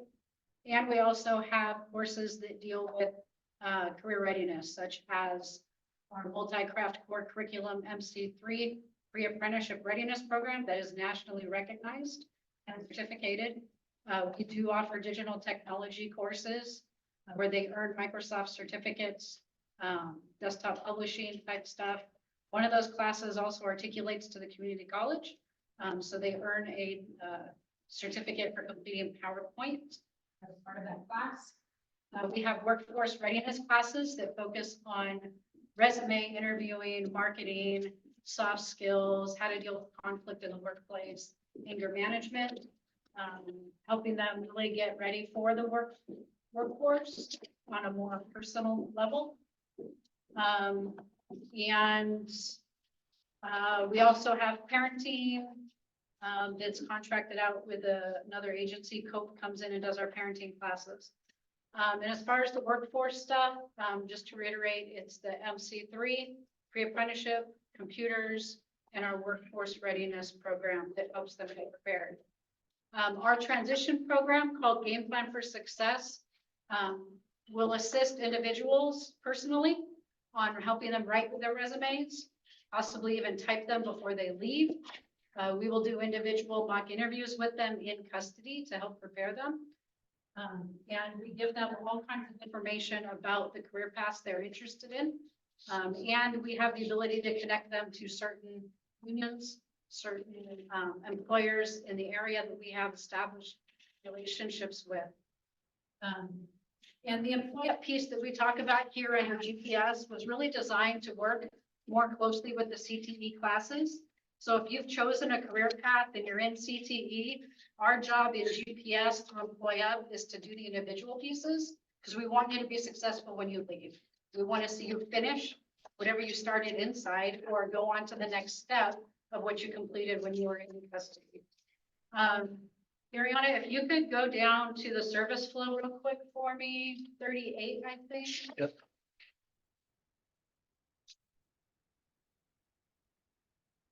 Perfect. So basically the service flow to access any type of educational services in any of the 3 facilities is to just send a request slip to schools. You'll then attend an orientation where you'll learn all about schools. You'll take the classes test, which tells us where you are educationally level. Then from there, you can choose your classes. We encourage all students to join GPS so that we can help them create their reentry plans. That not just includes education, but we work with the county partners to help them get set up in with benefits, with housing, transportation, all the other documents, all the other things they might need to go out into successful employment. And then Ariana, can you scroll? I think the next might be some numbers. Cool. So this one just kind of tells you from July 1st of 23 to January 31st, the number of students enrolled in these MC3 classes. And or in our CTE classes. And I said MC3 because that's the most popular one that we have. There's some caveats to the MC3 program. The only facility where you can do hands-on stuff with that is Marsh Creek. Because Marsh Creek has a full wood shop where they can actually hands-on build things. The MC3 and the other two facilities for Martinez detention is done by packet ready learning. And in West County, it's done with a teacher using video curriculum, using the types of things we can have safe in the jail. But Marsh Creek is the only place where they do the actual hands-on. So many people who don't get that, we encourage them to go to one of our outside partners, such as Rising Sun, Future Build, Richmond Build, to finish getting that hands-on stuff. And then that gives you some attendance numbers as well. And the class, all the classes that are attended. And then after the budgets, can you scroll down to the photo for me, please? I love this. I just want to be able to share with you guys a visual of some of the things that are happening. So this is at Marsh Creek Detention Facility. And we had the Sheet Metal Workers Union come out and not only talk about their union and how to get involved, but each participant, there were 14 guys, each participant got to use the brake equipment to bend metal and create tool trays that then stayed within the wood shop there at Marsh Creek. Everyone got to do it. And then at the end of the day, I want to say between 8 and 10 guys then decided to join the wood shop class on a regular basis. So they chose to get up out of bed every morning after that experience and actually go wood shop class. So we're doing more of these. We have the operating engineers coming back, I think in May, and they're bringing their simulators so that people can get experience using a backhoe or using a bulldozer, operating heavy equipment through the simulator. And one of the things that we had put, I don't want to take too much more time, but one of the things we had put on what we would like to do in the future is obviously incarceration. Like I said, there's only access to this at one facility. But if we can move to a virtual reality teaching model and career readiness model within the jail, they can still learn the same things through virtual reality that they would be doing hands-on. And it would certainly increase people's employability, give them some skill sets. And it's something that could be done in this setting of West County and potentially the new building, because that new building of West County, where most of MDF is moving to, will have tons of program space to be able to do stuff like that. Thank you. Thank you for the presentation. And so I will open it up for any questions from the committee.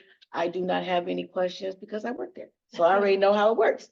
So I will leave it for anybody else that may have questions for the Office of Ed. Jeffrey, do you have any questions?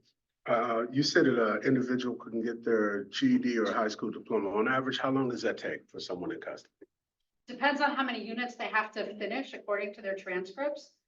Some people can finish it within 3 weeks, a month, 2 months, 3 months. It just depends on how many units they need. And then they're assigned to the independent studies teacher who helps them get all those units in those particular categories that they need. Thank you for the presentation. Thank you for compiling the information. I love seeing the rate of use for things and participation, so the clarity is really helpful. In your response to additional employment models and services that you recommend, I'm aligned. I hear your voice of saying we need jobs and we need pathways to these jobs. You made a note, it'd be great to get these employers to come in and speak, and you're talking about documentation of what populations can get into what jobs. How do we support you do that? How can we utilize some of these resources to further that mission? So I think part of it is so we used to do job fairs in the jail prior to COVID. while those were good to be able to pick up flyers and learn things, it didn't lead to particular employment placements. Right. So what we would like to see is a model that's more individualized and maybe even more centralized to a group of people that's getting out within 2 or 3 months.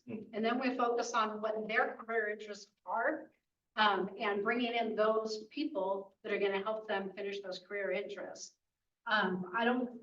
For the sheriff's office, where it comes to is staffing. So whenever we wanted to do a job fair, we were helping pay overtime for deputies because they needed extra for an event versus the ones that were already moving people. And so right now for the reentry team, we do at West County workshops on Fridays because there's no school. So they don't have to move multiple entities at once. Out at Marsh Creek, we do workshops Wednesdays and Fridays because they just have more of a relaxed, not security wise relaxed, but more of a relaxed movement. And so we could totally beef up the presence, especially at Marsh Creek because of that relaxation of being able to do these types of things where you know who's getting out, you know what they want to do, and then you bring in the employers and or the bridge to what they're going to do so they can make those connections, even fill out applications. At one of the job fairs afterwards, we had 2 employers come back because they wanted to interview 2 people they saw at the job fair. And so they interviewed them through the glass and then gave them conditional job offers that if they showed up at their place of work within this many days after release, they would get the job. And so we had 2 guys do that and they ended up getting hired at Whole Foods, right in Richmond down the street from where the jail is. And so that's a pathway that works. Yeah. That's a setup that works. It's just being able to have the people cleared to come in and then working with the deputies, staffing to make sure that we have all of that available to be able to cover. And the drawback is we can't do virtual. We don't have internet. So we can't put someone in front of a computer and say we can do a virtual interview. Everything has to be done first. And have you, and maybe this is back to staffing, but is that like list or is that contingent of people or organizations who are willing to do that? Is that curated or is that something that needs to be researched and built? So it was curated pre-COVID. Okay. And then it kind of stopped. Yeah. And so for the last 1.5 years within my program, the GPS program that does reentry, we had a lot of staffing up and down. Okay. And the person who was doing the employment services unfortunately had to do a medical retirement. And so that position's been empty for almost 1 year now. And so I've stepped into more of that employment role. And so I'm starting to pick up those things again. But even for our team that does the reentry, there's 3 of us that covers 3 facilities with all of these people within each of those facilities. There are dollars and resources allocated to that position at this time. There is within the current CCAS budget. Okay. Any other follow-up questions? Any questions from the committee? No, any questions from the, yes. Hi, yeah, I do have a couple of questions and thank you so much for the very informative information and poured out on the work that you do in the jails. It's very impressive. My question stems around what is the percentage of people who participate in your classes that continue their education upon their release? I would love to be able to give an answer to that. It is difficult to track people once they're gone. And really the only way that we have the information is if they contact us or we happen to be meeting with a partner in some type of outside meeting. Hey, so-and-so showed up. For the adult schools in the area and the colleges, we used to have transition specialists assigned through the adult debt consortium. We knew that because we knew who we handed off to the DVC transition specialist and how many times, and they would give us numbers. So since COVID started and we lost those positions in the consortium, we haven't had a real great way of being able to do that follow-up. Okay, thank you for that. Also, are there any opportunities to expand the classes to allow individuals to work towards their degrees while in custody? So good question. So at the current moment, Contra Costa College has a grant through the Rising Scholars Program, and they are offering college level courses inside West County Detention Facility. They did a round of their counseling 103A class, which is a college success class, in all three populations, the GP men, PC men, and the women in the spring. And right now they are starting next week a humanities 120 class that is about innovation, creativity, imagination, starting with the PC men this time. And then we're doing a women's class in about 3 weeks, 4 weeks, but I don't know if it's going to be the counseling again or a math camp, because the women were doing both of those. And then the GP men will get another round of the counseling 103A, probably the end of summer. Based on research and information that's been provided to CAD, most of those incarcerated within the county jail have probably a third grade reading level. And that's some of the work that we've done here at CAD with our program and services and our in-person surveys. This is what our data analysis has brought to us as far as the feedback that we've gotten. So has your program really improved the education? Do you feel that it's improving the education for those that are incarcerated to bring that level up to even, I heard you mention earlier that in order for individuals who are in custody to actually apply for higher education, they would have to go back and get information from their schools in order to update that. Being a recent college graduate, I understand that process could be tedious and depending upon the time that they have while in person. So my question is, are you successful? And how well do you feel that this is something that we can move forward on? I don't know if I have, let me look at these graphs real quick. Did it get? Yeah, the last slide, Gariana, before her thank you slide, there's the level increases for APE and ESL. And Rappel, if you want to jump in, you can jump in. Yep, back, So, yep, down one. yeah, one more. Yeah, perfect. Yeah, Thank you, that Gariana. right there. So this one is going to tell you the people that have gone up at least one education level of educational gain, or people who attained a secondary school diploma or its equivalent in this slide. So because everybody who comes into school takes the CASAS test, we know where they are. And so then the teachers teach to them getting to the next level. And even though they're all together in a class, they're looking at each person individually so that that person can meet their next educational gain. And as far as being able to go on to secondary or even higher education, none of these people who want to go to college need to have a high school diploma. They can go to college and not have a diploma ever. And so they can also be co-enrolled at the same time, which is the whole point of the Rising Scholars Program. They're still in adult ed, but they're taking college courses at the same time. So I think we have a lot of successes in people who may not gain their diploma before they leave, but they have certainly gained an extra level of education, level of writing, level of math, level of communication, level of being able to market themselves out in the community because they've been in a class that has helped them develop a little more confidence in themselves. Thank you. This is, oh, Go ahead, Rappel.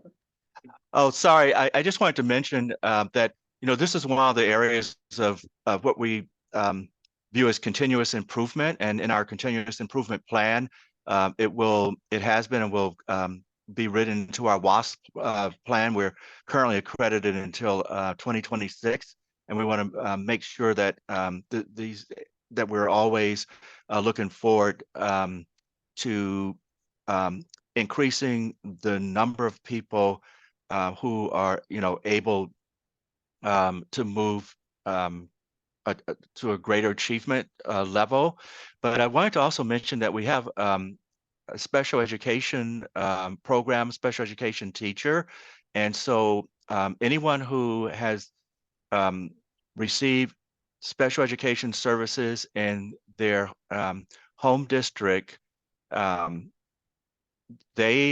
we are able to continue those services, and we have a special education teacher. And for those who are above 22 years of age, or for whatever reason they were never involved in the special education process, the teacher provides consultation, provides support to the general education teachers. But so it's is there room for significant amount of improvement? Absolutely, yes. But there is a program in place, but there is also a need for continuous improvement. My burning desire for women and to really understand your demographics and whether or not you're actually keeping that kind of information to separate out with the men. I noticed that probably the majority of the programs are male focused. I know that's still non-traditional. I also understand that there's an issue with men and women together and those types of settings.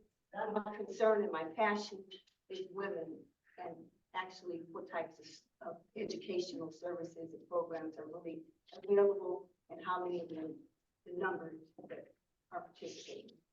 Yeah, so all of our classes are available to each area of the population. They choose which ones that they want. And we've got, I don't know that we have the classes broken down by gender, but I can look at that. But the classes for the women are typically always full. And that is the parenting class, the MC3 class, the Deuce class, the computer class. All of those are available for the women. And each day of those classes are always full. And then the academic side of things for the women and everyone else is typically done in one-on-one for the independent study for high school. If that information is not incorporated here, we can provide you with that information. We do have it available. I think I know we're on time, and it kind of feeds into the Workforce Development Board, but for me, I see a lot of alignment there, right? Like the outcomes that you're trying to achieve, obviously you all are trying to achieve as well. And because we're up against the time, if you can incorporate into your conversation the alignment of your work with her work or their work, that would be wonderful kind of to hear how that trajectory just continues, right? We know we're supporting them in custody. We know we're trying to transition with them out of custody and ultimately end up with employment, right? So how is that connection being made? I think would be helpful to hear a little bit when you all are up. I would Thank extend you. that question also to our partners over there at Rubicon Great. as well. Awesome. And on both parts on how that helps with the transition out. Thank you, Perfect. Jessica. Thank you. Yeah, Thank thank you you. for the presentation from the Office of Education. We greatly appreciate it. And again, that information will assist us as we are making our recommendations. So I would now like to pass it over to Rubicon. This is on page 54. And we'll go ahead and pass it over to you for your presentation. All right, well, Pull up the chair. Come on over. You want to sit in the hot seat? You can sit right there. So you know, we have all the information here on the in the agenda packet, so I won't just kind of regurgitate that and really, you know, also recognizing that we are limited on time. Rubicon, although we provide employment services, as I kind of suggested earlier, you know, we really see our job as, you know, improving a person's economic mobility, right? Oftentimes that's through a job. Sometimes that's just through access to jobs, through training and support of that. But we also help folks with financial planning and those other things that'll kind of, again, help them on that trajectory economically.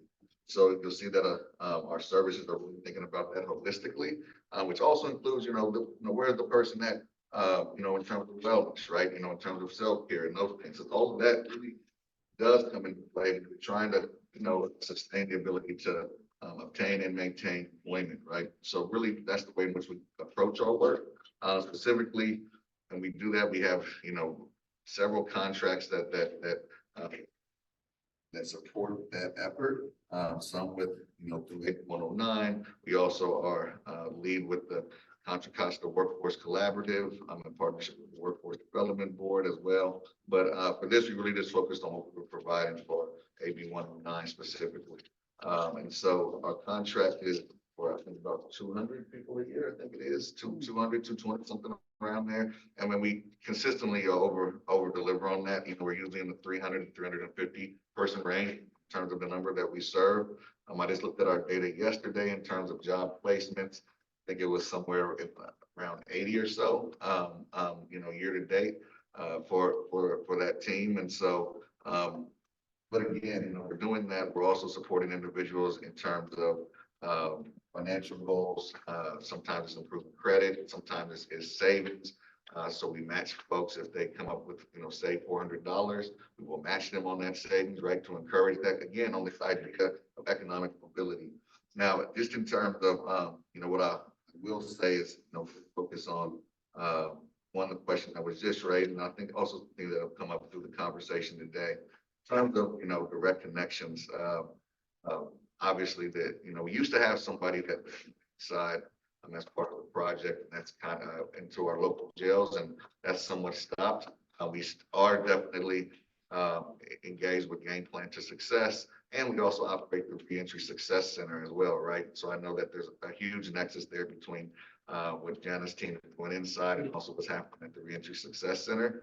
And as people come into the Reentry Success Center, you know, we've worked diligently to kind of integrate our programs with this idea of having doors of progress, and you can come into any door, whether it's at our Concord AJCC that we operate, whether it's to our Richmond side or our Reentry Success Center, right? And we're going to be able to connect you to whatever programs and services that we offer that can support you on your journey, right? So that you don't have to know what we do. We know what we do. You go into that door and we can find ways to support you. So there's definitely people who have come through the Reentry Success Center who have then needed employment and had that support. And we try to streamline that process as well, you know, with those programs.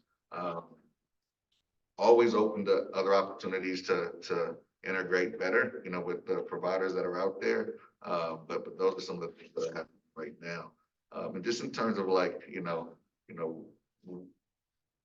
in this question, just around like kind of what are some of the recommendations? I think two things. One, we wanted to really just kind of highlight like what we saw in terms of need, right? This is why we lifted up housing, even though we're not a housing provider and don't plan to be, right? We know that this is essential. I mean, they kind of go hand in hand, right? We know that the housing providers depend on the employment provider to make sure they can sustain the housing, and the employment provider depend on the housing provider to make sure that they're stable to get the employment, right? So it is this kind of hand in hand step. And so we want to make sure that we lift that up along with the behavioral health challenges, right? Because that's something that's important to us, because one of the things is that you develop relationships with employers, and if they know that you provide somebody, right, and then that person is blowing out because, you know, they're not stable in terms of, you know, medication management or because of substance use disorder issues, right, that doesn't bode well for anybody, right, in terms of who's coming later. And so we want to make sure that folks have the support that they need to be successful for the long term. Now, specifically in terms of, you know, what we've seen in terms of employment, and what's been working, we definitely, you know, we've already kind of sent proposals in the past to this body. You know, we lifted up this idea of stipend supported training. I think there was a request for about $200,000 or so to really to do a few things. One is to keep people engaged and to get them to overcome that barrier of, hey, I need to go to training. The training's 12 weeks, but hell, I can't even afford to get there if I don't have any money, right? And like, how do you keep people in the training and get them to the completion stage? There's nothing like an incompleted training when you've invested 8 out of 12 weeks and then end up with nothing, right? So trying to keep folks engaged and help them overcome those barriers to where, you know, you need to be able to help yourself. And so that helps with that. I know that we also talked just about in terms of, you know, one of the things that we've seen, especially, you know, it really picked up, I think, in COVID as well, is that this idea of transitional employment and finding folks to try to get them kind of back into this working kind of process and getting some of those soft skills that are necessary. And so that was another request that we made for about $70,000 or so to kind of support with more transitional employment opportunities.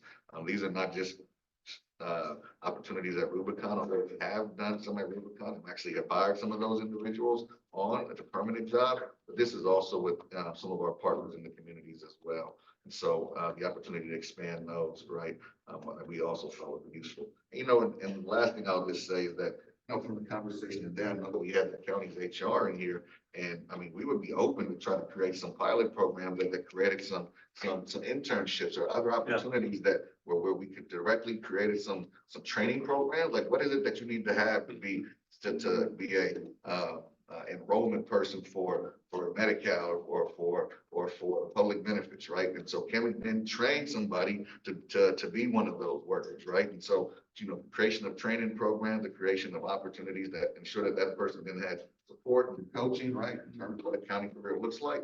And I think those are opportunities where you can then say, yeah, we don't have jobs for people who are reentry, but we have programs that can support you getting to that job, right?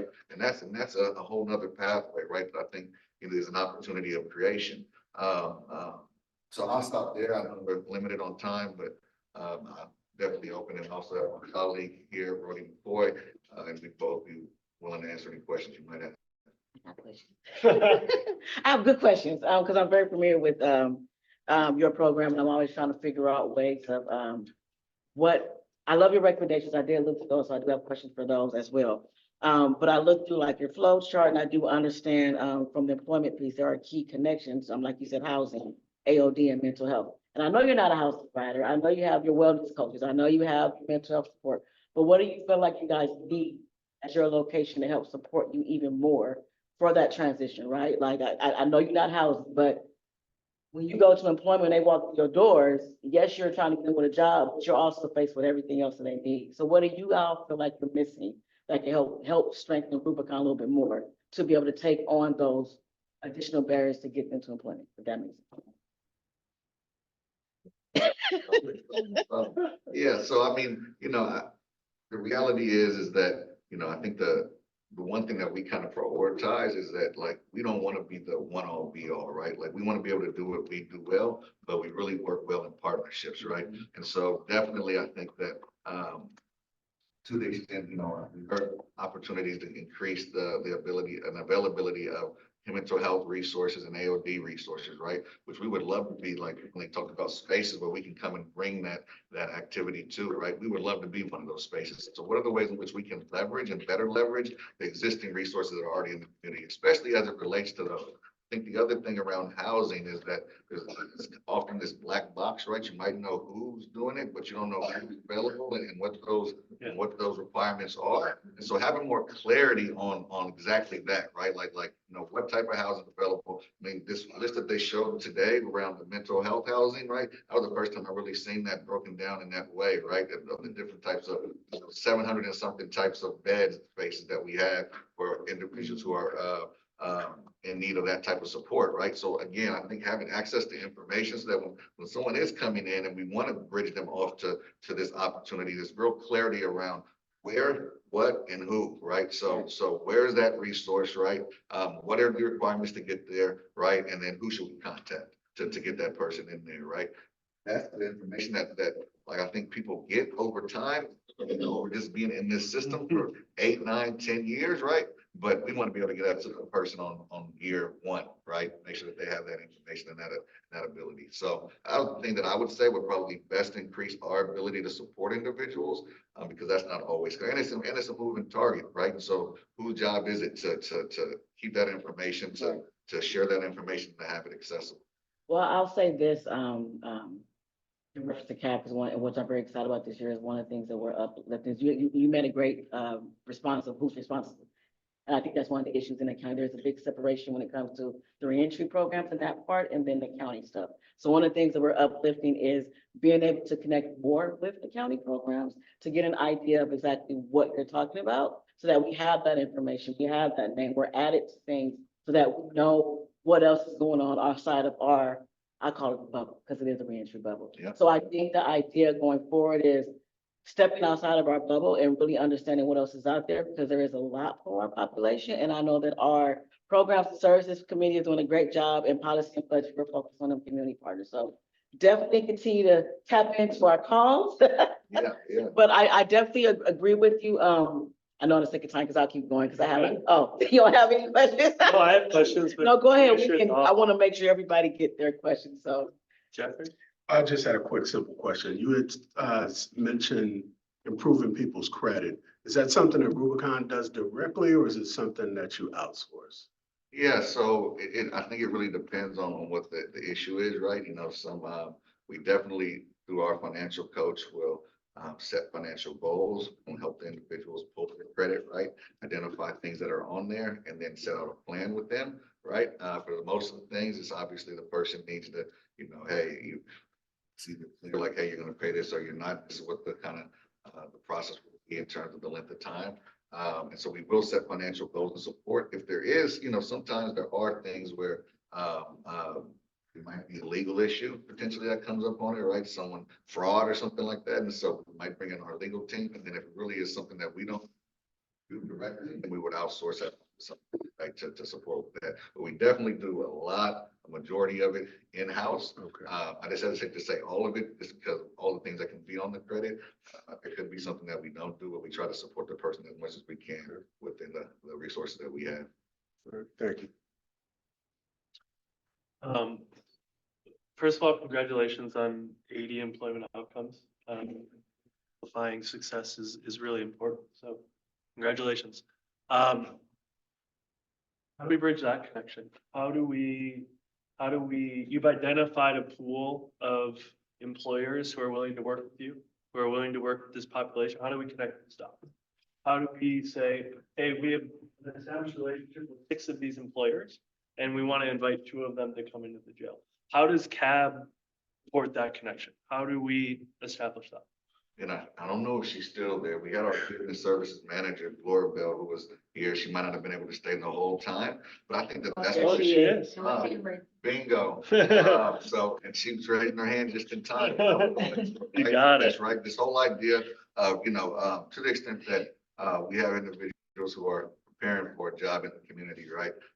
You know, what her team does, and I'll let her say most of this, I'll just quickly frame it, right, is that's the team that is in the community for us, talking to employers and identifying not only opportunities for just our people necessarily, but really some employers who are just willing to do different things, right, for this population, right? And so being able to connect in that way, I think is definitely a way for us to work together, which I think to the extent that Jana and her team are in the community kind of doing that same thing. We would love to share those resources, but I'll kick that over to Laura, but let her bring it home. Thank you, Dante. Great presentation, boss. So I just wanted to throw out there that an uplift that we actually already do have on a smaller scale, we do have access to the jails over at I want to say Mountain House, and that is not the name. It's off of Clayton. Oh my God. Oh, I'm horrible with names. Marsh Creek, I'm sorry. Where we have connected employers, and we have brought in employers to speak with participants and have successfully connected to employment. Not only that, but what I absolutely love to see is when I go out there and I make presentations about not only our workforce services, but our community-based organization, our programs that we have there, I then see them in the seats when I go and present to our participants that are there for the 2-week based programs. So it comes full circle. So I absolutely appreciate Jana and Nicole in our partnership, where we're able to come in, speak to potential participants that are currently incarcerated, and then seeing them become participants of the Rubicon programs and being able to support them there. I'm actually sitting at RSC now, where we have 11 employers, all of which are reentry, here to hire participants, and we've successfully, at the last check-in that I had, we have 16 interviews that take place. So we're diligently working to make sure that our community folks that are justice impacted have access to employment opportunities. That's what we do. Yeah. For all of those kind of, I know you send me a ton of them. all these flyers and I mean these events, if you have flyers, please make sure to send them to the ORJ. For some reason, your email goes straight to spam, and I don't know if you're getting mine. Like you said, you are part of my network. Well, you told yourself. That's not perfect. Thank you for the additional information. No You had problem. another question? Yes, I know that you've presented information regarding the stipend program and the transitional employment. And forgive me if you already gave this, and because I do have to, we have a whole meeting to go back and review all of this. Do you have any information to show like your success or what you guys are doing now with that program and how it's been actually helping folks so that we can look at the model of it? Yeah, so I didn't bring any of that information. You know, we've done stipend supported training and education actually, in a few of our projects. And so I can follow up with some of that. Just completed one actually, project, a couple of them actually just completed. So I can share some information in terms of job outcomes. One of the biggest things, and this is something I think that was more of a aha, although you should have seen it, right? And I don't know how well we've tracked this, but just that engagement piece, right? We know that already that individuals who stay longer, right, end up having better success, right? And the ability to stay engaged in the program, that's not something that we've been tracking, but it's definitely something that we want to, right? To see like how that improves that, because of, you know, the longer that you stay or stay engaged, the better your outcomes are. But I can follow up with some of the products that we've done in the past, which is why we brought that, you know, to this population. Can I ask you for one more favor? Yeah. I really like that idea that you mentioned regarding pilot programs and internships connected to the county. Be able to that will look. Oh, would you be able to present what that would actually look like? I think that's actually a really great idea that you threw out there. I mean, it just came up because as you were asking that idea came up. Glad I sparked that. I don't have any, but I would love to come back and maybe, You know, I gave you a little homework assignment. Let's look at that. Yeah, absolutely. Thank you, I appreciate it. Absolutely. That's the only question that I had. I just want to, I love that idea. I think that in the conversation with HR, it was frustrating to hear the limitations that the county is enacting. And you can give a million reasons why, but I think what we have to do is navigate those parameters. And so if we can encourage participation from the county to help build something like that, they'll be buying.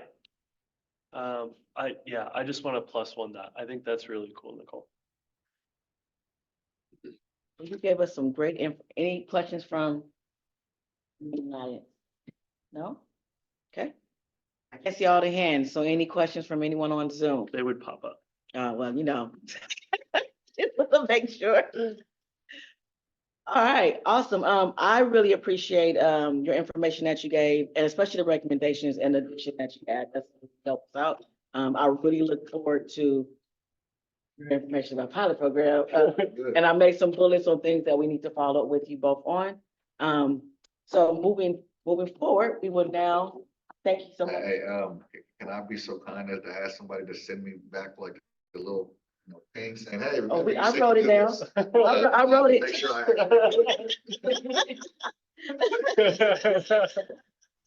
I have, that's why I'm clicking over here, I'm making notes. Thank you, thank you. Okay, so moving right along, we're gonna go ahead and, there's no questions, we're right on time. Page 65, Dorian. If you can please pull up page 65, we are now going to move over to our Thank you. development board. Thank you. Good afternoon, everyone. Hello. Thank you. Thanks for having me here today. Really appreciate being part of the conversation and hearing, and just want to make sure I speak up and just Wanna come closer? Support,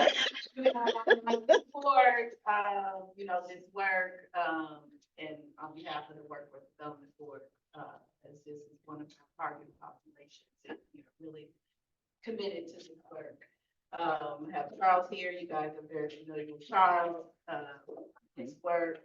I just wanted to give a quick kind of high level, just reminding folks of the Workforce Development Board and this work. We are not the nurse service providers. And Subcommittee is our provider and collaborator. So everything that Dante said, I support. And one second, some of the things that he absolutely about, subsidized employment models. This is something that we do in our shop, and we actively go after different grant opportunities to be able to offer those type of services, because we owe a formula funding alone does not give us the ability to be able to do that.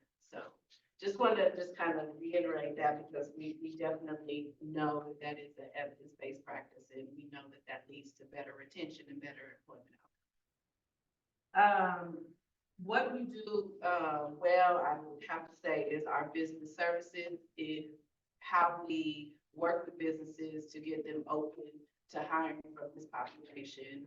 We are helping businesses with their talent needs, so we understand what the job occupation skill sets require, and we're bringing that back down to our system to ensure that we're training in those skills, right? And that's the big picture of our two customers, our job seekers, and our businesses in the industry. So with that, you'll find in our packet the responses that we had to the questions. I want to talk a little bit more about our business services and how that is through our IBEST team. So. Okay. Yeah, so we have a IBEST team. Is an acronym.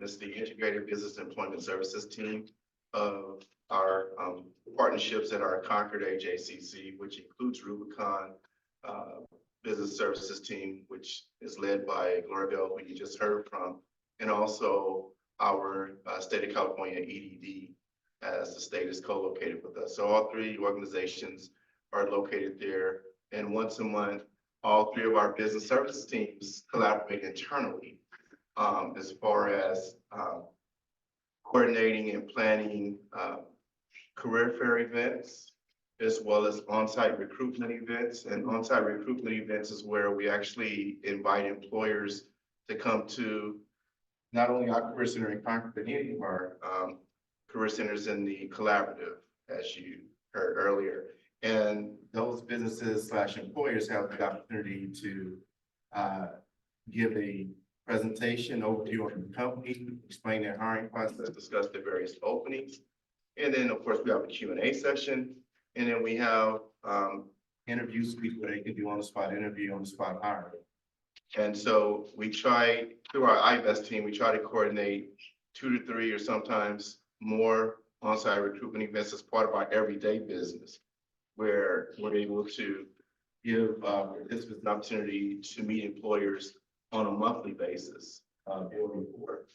And also too, our team is involved in keeping the job boards within our career centers updated, where we provide information there. And then we also all participate in mass marketing. So I know a lot of our partnerships here in AB 109, ORJ, partnership sees a lot of my announcements. A lot of people know me for doing that, but also other partners in our IBEST team also have distribution lists, and they also market. And we all work together in the community as it relates to providing multiple career fairs. And so as multiple business service teams, we all have a network of employers and businesses that we collaborate with out in the community. And so we talk about success stories, job placements, and those things as well. So that's a little bit about what we do internally as an integrated business services employment services team, again, which includes EDD, Rubicon, and Workforce Development Board as we work together. I did a real quick summary. They were at us 5 minutes. That's good. When you guys have our data for us. Yes, thank you. Insightful questions, Nicole. So a lot of time put into that, but we're involved in a lot of different things as a Workforce Development Board. And so we get involved with a lot of things with business. We don't only deal with employment, we help businesses with their own personal needs to help them grow and expand as well. which can also lead to maybe more job openings. Right. We help them solve certain internal issues or challenges that the businesses may have. So we also help people start businesses, by the way, as well. Entrepreneurship is another part. And so it's really expanding beyond what's offered as a workforce board. So there's a lot of different components that come up, even those that graduate through our trades training program. And then also want to move on to exploring other opportunities for income. And so those are other things that, you know, we can help on the post-release side, you know. And so I'll stop there.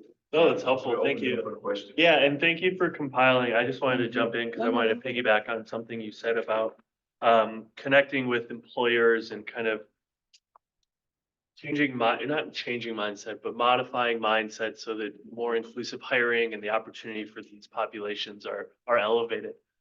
I'm bringing it back to HR because I'm stuck on this today, and I'm not trying to throw you under the bus or anything. This is an open conversation, but would love to hear how the county could utilize your strategies in doing that with external businesses to implement some of those strategies internally. Okay. Yeah, well, definitely we could, you know, kind of work with, just like we work with county HR, we work with employers, just kind of, you know, land that, you know, this is an era of labor shortage, right? So we have to be innovative in the way that we go about filling positions.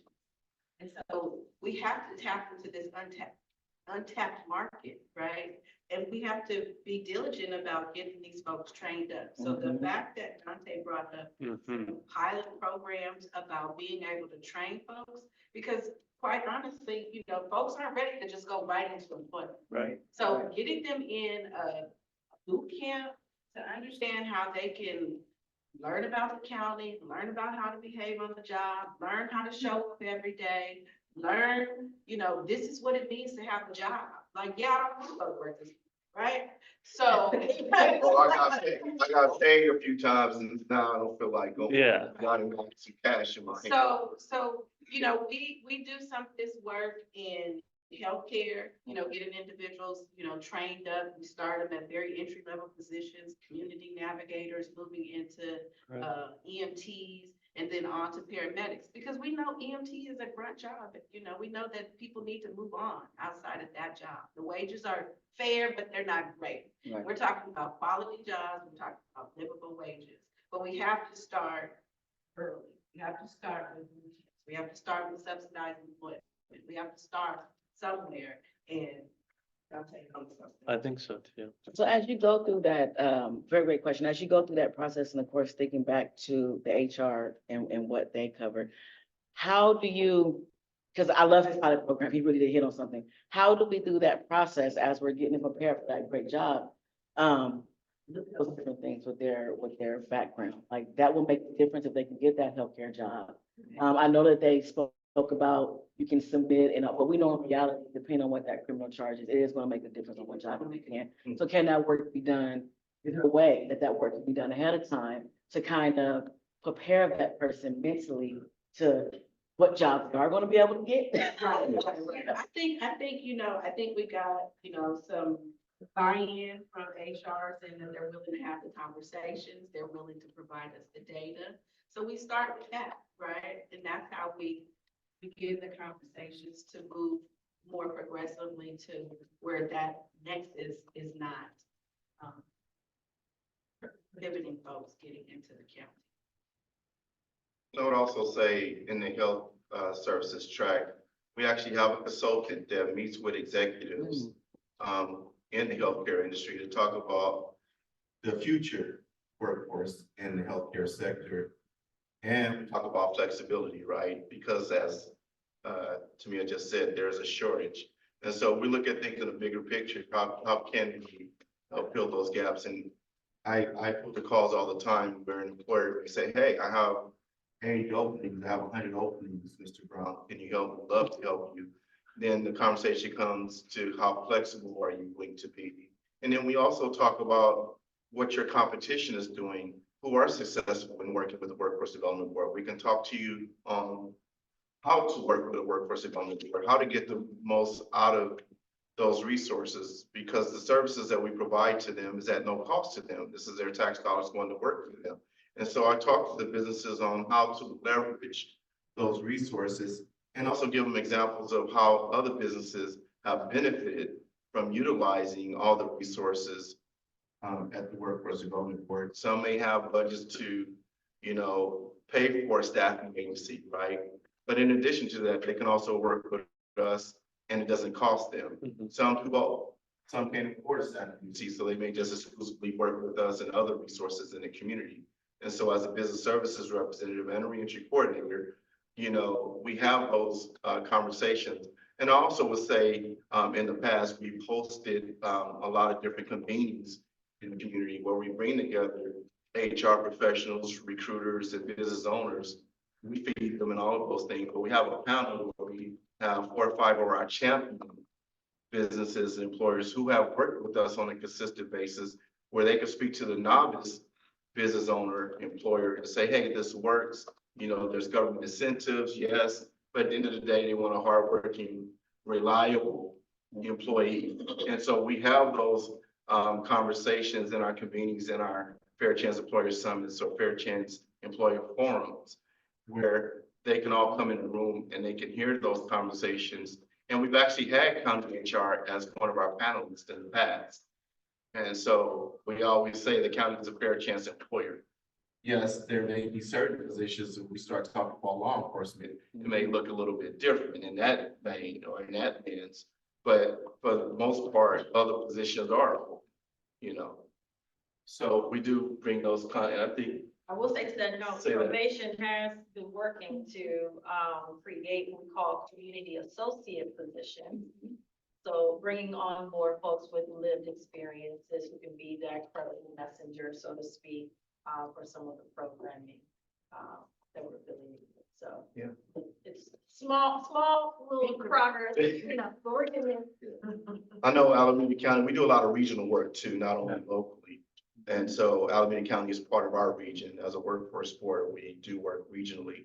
And so I do know that speaking of probation, the Alameda County Probation Department has hired formerly incarcerated individuals. And so any model that we can look to research to duplicate, just like CAB has, we feel the same way as a workforce board. And we have neighboring workforce boards like Solano County across the bridge that we have strong linkages to. And then we meet with other boards throughout the state. So anything that can help make things better, we're always open to exploring. I'll stop there. There's more we can always talk about, but we just want to keep it simple. No, we're good. And I'm quite sure this may lead into other meetings, right, Nicole? Right, yeah. We can you know take me. deeper dive. Yes, I was making a note and really just tying what we heard from CCOE, Rubicon, and yourself on the different connections. I've definitely wrote down different questions that we may piggyback on you all, because I'm really interested. And it's also to give you some history in the past. We have done in custody career fairs with a partnership with the sheriff and the county office of ed before the pandemic. So we were involved in that, and I brought my, champion employers into the jails to participate in those multiple career fairs. Oh, and this is getting way in the weeds, but I'm just curious because I have resources on the table. Like, how is that information shared? I hear the convening and going into the jails, but like, I'm sure you have a list of employers who are open to hiring justice impacted people. So like, how is that information shared, and maybe it is with you or with Rubicon or with our larger Contra Costa community? That, the collaboration that happens on the ground level is good. Yeah. Right? So I know that Charles can give a lead to one of his partner agencies because he knows that this employer is hiring and we need a good candidate, and he can reach out and then she's going to make a referral. So that's happening on the ground level. but I don't think there's just this kind of posting of, here's the employers. Yeah. Right, because you don't want to ruin that relationship. Right. And you build that relationship with that employer, right? And you send that employer candidates that you feel comfortable sending, right? And the only way you're gonna do that is with your partner, Mm-hmm. right? Because you may not have the candidate who has the skill set, but she may have the candidate that has the skill set. That's happening.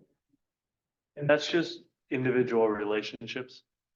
Agency. Yeah. So we like to do soft handoffs, you know. Yeah, no, to make it easier 100%. For the participant.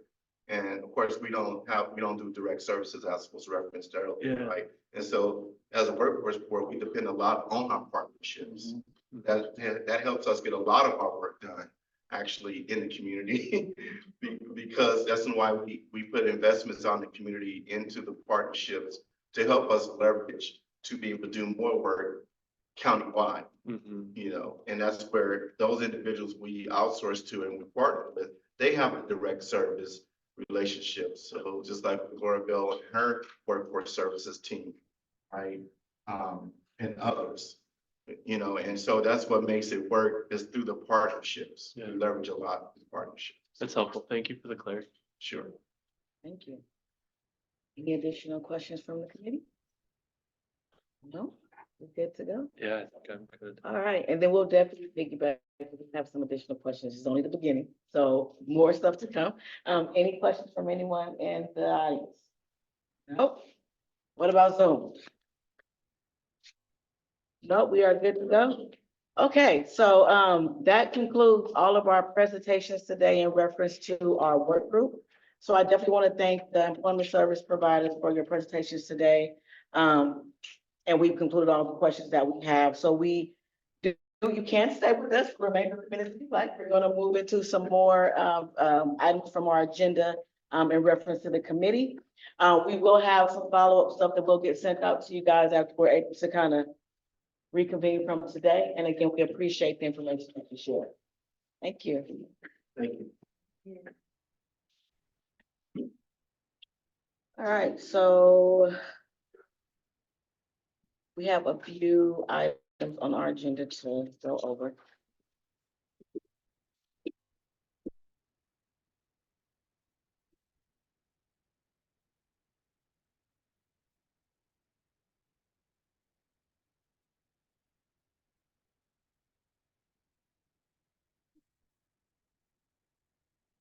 Okay, I'll wait for Justin real quick. Never mind now. Yeah, no worries.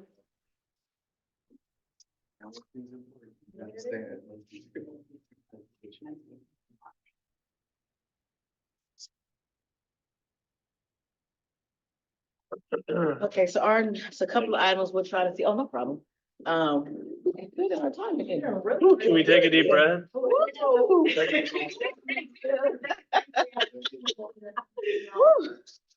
That was a lot. Had that clock on there. That was so helpful. I typed out also a lot of the questions y'all asked, so I can have it on there when we kind of come back. So our next one is to look at our schedule for our 81 on excess funds. We got to think about next month because we have some additions on there. Right. Oh, yes, please. Now my throat is dry.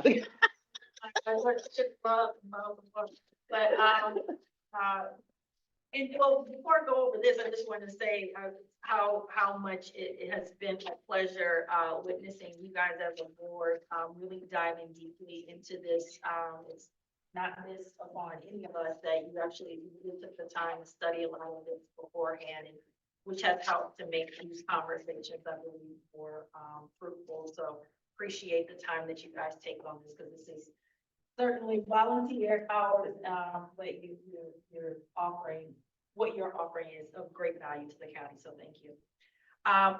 And thank you and your Right. team Thank for you. coordinating, for compiling, Yes. for regurgitating All our of our verbal stuff. diarrhea into something that Great is job. composed and thoughtful.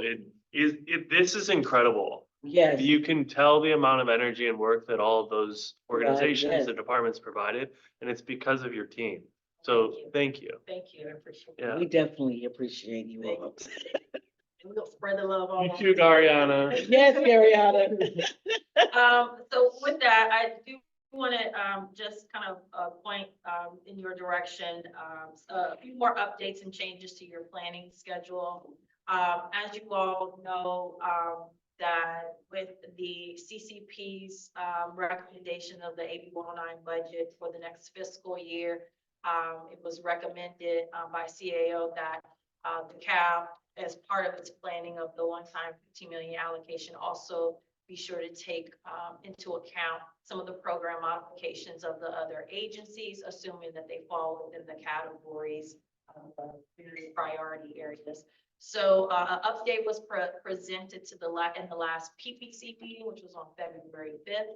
At that meeting, or during that meeting and also afterwards, there were questions that came up from a number of agencies who did submit program modifications, wanting to ensure that time was made available for them to present on that. So that would mean then for your next meeting, the priority area of pre and post release engagement, we did get back that, let's see, Detention Health Services, the District Attorney's Office, as well as the Public Defender's Office, felt that their recommendation or their program modification would fit within that category, and so would like to be heard at that meeting. So as you would typically do, certainly send questions our way for the purposes of the planning meeting. So that will be in addition to your what you would like to hear from the Sheriff's Office, from GPS Game Plan for Success.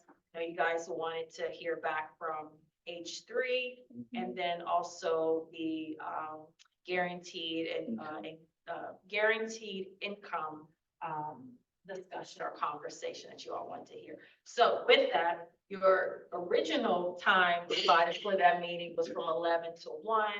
But now, given the number of individuals that, or agencies that you would probably hear from or need to hear from, that would require some adjustments here. So either we do as we did today, extend the meeting time a little bit longer for the 15th, or possibly scheduling a separate special meeting in addition to the March 15th meeting. So I just wanted to put that out there because it's, you're going to hear a lot of information. I want to make sure we can do it in a way that is of convenience to you guys, but also where it's helpful to make some planning decisions around. Would all of those requests fit into 1 3-hour meeting similar to today? Probably have to go I think it would additional depend hour. on what the questions you all want to have posed to each of those agencies to present on. So like, for example, today, behavioral health, being that it was the only behavioral health entity, their questions were quite, a lot. And as a result, you saw how much information came out of that. So I think that would be the case. So I would recommend that you guys review the program modifications from each of the departments. And then from there, shape whatever questions you want to have, because it's right. The original intent was to have it fold into what you're thinking of and planning for how to best utilize this one-time application. For behavioral health, the district attorney's office and public defenders, I think the questions would be really simple. It's just trying to tie them into our recommendations. Not behavioral health, detention health. I mean, the detentions, yes, detention health, district attorneys and public defender's office was looking at their budget submission and really trying to tie that with our main recommendations to see where it may fall in. I don't think their questions will really be long. It'll be, I think we can kind of follow that same outline we did with our employment services. Okay. I think that was a great outline how they did that. We're giving them, have them submit, and then give them the 5 minutes and then 20 minutes questions. And then we can kind of ahead of time set a timeline to get the information over to Garyana so we can review each other's questions since we can't share. Because that's what I've been doing with those 3, is really trying to tie it into our recommendations. And that's the main question, is how does it fit with, if it does fit, provide information around that. And that's for that part. And then it's coming up with our questions in reference to the, for success, sheriff's office and what we're looking for. The guaranteed income presentation, and then our follow-up question from H3. Maybe if we stick to that, I think that we could probably. Are we meeting in April or no? Yes. Like, can we punt 2 of them to April? So April, our goal is we need to have a meeting to discuss and finalize our planning. That's our goal for April. And when are we're making the recommendation in June? Our goal is either by April or May. So right now, CCP, don't have a schedule yet on, CCP schedule just yet. If it has been, I haven't, caught wind of it just yet. So, but yeah, what would need to happen, because all of this would likely go into effect for.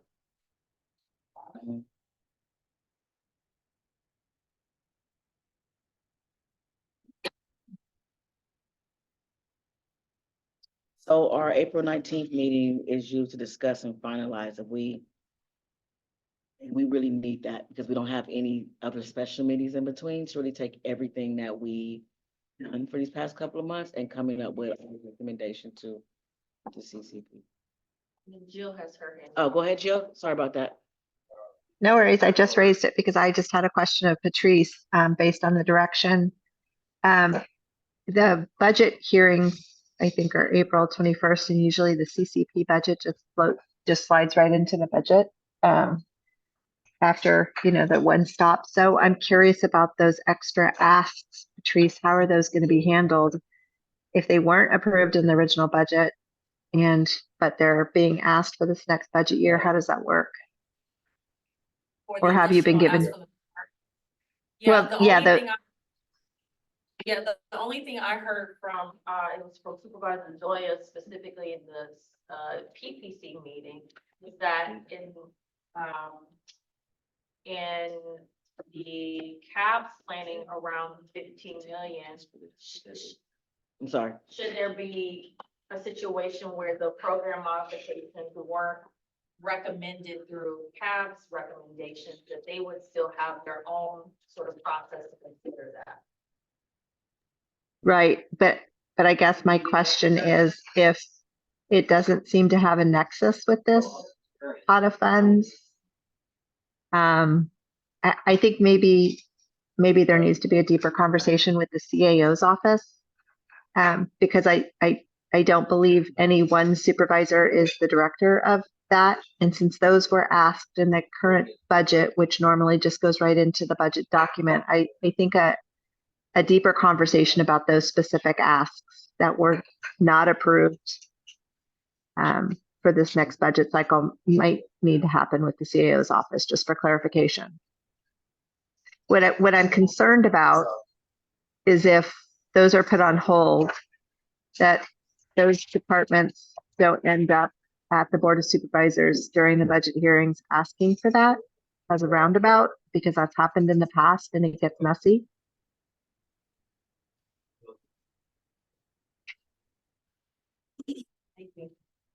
So if I'm hearing what she's saying right, on March 15th, just say that we did decide that we were able to move some things around. We really need to hear those 3 individuals in time to be able to give an update to DP for that 421 meeting around detention services, district attorney, and public defenders. It has to be before that. Yeah, the budget hearing is April 21st at the Board of Supervisors. So it would have to be before that to be included in the budget document. That's why I think maybe Patrice, a conversation with the CAO's office about that. Curious about the reasoning why we would want to move it in. Why would we want to move it? No, he was saying that we were able to maybe have some show up on March 15th and then move some others to April. So we're just trying Why would we want to? Well, we're just looking at timing. So we'll have have like a 4 or 5 hour meeting. But we were able to do this meeting today with the same Correct. month. So that's why I said we can follow this same outline if we needed to, and just make sure that our questions, because I believe our questions for those 3 will be they won't be Not too long at So all. if we did follow this, then we could still, for those three, we could follow that process for the hour and 15 minutes, where I think we still follow the same outline. Okay. We managed today, that's, Let's see, for today, you had how many presenters? I almost got 1, 2, 3, 4, 5. Yeah, 5 presenters. So. I don't think we should give anyone 55 minutes. right. Right. On I think we do all the legwork ahead of time, and then it's just give them a few minutes to give a summary versus the, Lighter Left. instead of asking. Are you saying for behavioral health? Well, we only gave 50, we gave that much time to behavioral health because they were the only, that was a priority area. Got it. I got Remember? you. So we Yeah. had 2 separate You're priorities. Right, thank you. Okay. Thank you. Okay. So we wanted to give enough time, and actually, so technically we shortened their allotted time compared to the employment. one. Yeah. The priority area. So we're agreeing 11 to 2. That's what we're saying. So here you'll have 7, assuming Your whatever face you want, is for the record. sheriff's office and GPS, unless you want that to be a joint thing. So our goal was for, it was gonna be joint, so the request was gonna be to the sheriffs for inmate services, and because GPS is part of the inmate services, was hoping that the sheriffs would give a breakdown of their, the services that they provide, because then that will open it up to the other providers as well, like men and women of purpose and so on. So that it includes. So not really a separate That would presentation. be one presentation. Correct. And then you guys wanted H3 back.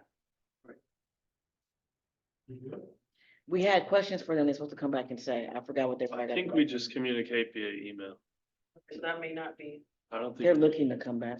we don't, I agree with Justin, yeah. Yeah. they had an hour presentation. Yeah, so we can add them on to like one of our other meetings for our follow-up questions, just like all the other providers. I guess, And they, Other meetings. well, we don't have them set, not in reference to the access fund, but things that we have, but may want to follow up on the questions. Got it. In case we do invite someone that. okay. Guaranteed income, will be 1.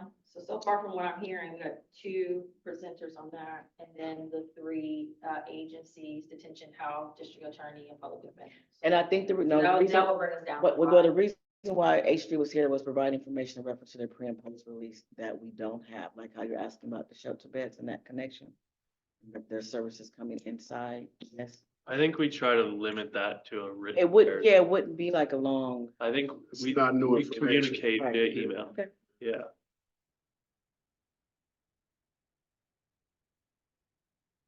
I mean, feel free to push back, Nicole. I'm writing before I lose my thought. Okay. No, so, well, no, it's not. Democracy. It's not new information. Yeah. No, it is. So I'm not pushing back, and I don't have a problem with doing the email. Is what they were coming. It wasn't regarding the question. We were asking information. They were coming to present for this section. I have to go back and look at why we even asked them to come back. Okay. And I mean, we can definitely, I mean, I'm pretty sure they have a lot on their plate as well, and wouldn't mind if, as long as we can come up with something, questions for RJ2. Yeah. I am gonna send Patrice some questions, so Okay. I can get that routed to you before it goes. Because we already have our recommendations for And you them. guys have copies of, the program modifications of the 3 agencies, so you can review, because they have both what's broken down and then. If we can get that sent again, that would be nice. Thank you, Ariana. I see you nodding your head. Or you're listening to a really good song. Okay, so for H3, we agree, instead of them coming here, we're just gonna follow up with an email. Okay.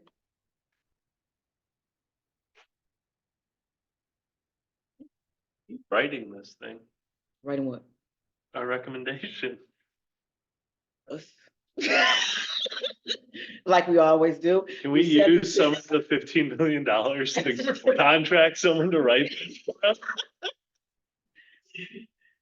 I mean, the good thing is some of our, it's really going back to our recommendations we already have outlined, and we'll figure it out. We'll find a way to. I mean, you do already have. to your Right, it's- point, you do have a format for a memo and all of that, so yeah, I think you guys will be. Okay. Jeffrey, you a good writer? Don't stress. No, see what we. I already had the answer. I'm glad I'm the new guy. But that's why we just buttered up RJ and Garyana. Oh, yeah. We brained up and go, hey, make this sound pretty. Okay, so I think we have our plan for our next meeting, Oh, wait, I'm sorry. I'm So sorry. are we going to extend the time to, just like today. to two? Can I also offer maybe even longer to give you some time to debrief? Can you stay longer? It's longer than two. Yeah. Okay. I can put it on a calendar and hope it happens. I think that's where I'm at. Okay. We'll follow up to confirm as we get closer. Yeah. Because you're right. I think You need some time to debrief. I mean, you can certainly, and we could plan now too for how you want to handle April 19th. As well, so.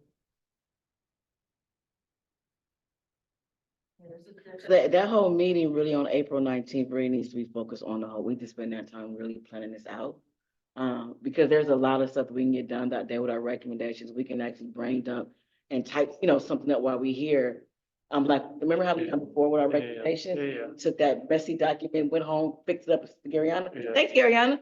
So it gives us a chance to really brainstorm together and write something with that time to get it done.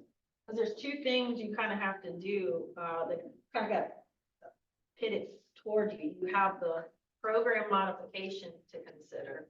So that's one thing, and that's where Jill is highlighting that before the budget hearings start, you need to have a determination from you guys of what's the direction there. And then separately, you need time to sort of debrief on everything that you've heard that, you want to kind of start to get to a place where you're formulating some recommendations. So I don't think you can do it all in one meeting. I'm saying that. I do think you need time to do some debriefing.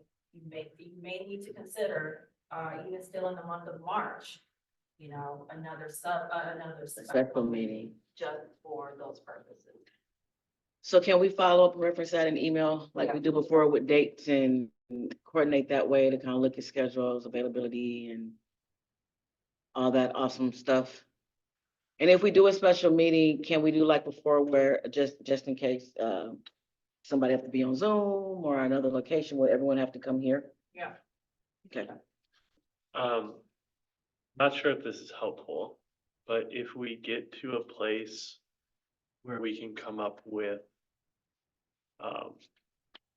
like high level recommendations, like almost the topics and then maybe a sentence or two that we're aligning on, I'm Right. happy to build it out and take the information that we've had from the others. My time between 9 and 5 is really hard. Right, correct, understand. But I'm happy to work outside Right. of that and on weekends. So like, And that's what I'm saying. If we can do like we did last time, we Yeah. didn't sit here and write out paragraphs. We Right. did the bullets. yeah, And after hours, then we worked on kind of Yeah. expanding that and then we came together. So I would love to continue I know you weren't part of that. So for the sake of time, instead of sitting here drilling out the whole thing, we kind of highlighted certain sections and bullets, like he said, and then we took our after hours and wrote it out and brought it together as a group. We could also maybe consider, I could see if it's possible for this one, considering, or at least finding a space that gives us a virtual option, for an after hours meeting space too. a happy hour, Nicole. Yeah, we can do that. I cannot confirm. County can sponsor. I mean, if you guys, I am willing to be after hours. It doesn't have to be on the, I mean, I was going to say, is there a way to bring, like, can we bring little snacks and stuff? So, can I raise an observation? Yes. The last CAB meeting that I was able to be a part of in January, we had food and Yes, I can see it snacks. the community involvement and buy-in was large. And I think if we can explore ways in the future that we could leverage some of those opportunities for departments to come in and do like a half an hour lunch meet and greet. Oh, okay. That would, I think would be very cool. So Just your fooling around, cap- you know? Okay, Please. just know around budgeting time, your cap support line item, it has been the same for the longest. So that means we got carryover dollars, So what I'm right? hearing is there's something, so my stomach won't be growling while I'm sick. You can consider how Who do I to make write it to requests organize- through? I would say To RJ. Organize brown bag lunch, whatever meetings with departments. That'd be nice, Yeah, okay. the best. I'm writing that down, brown bag. That's to you.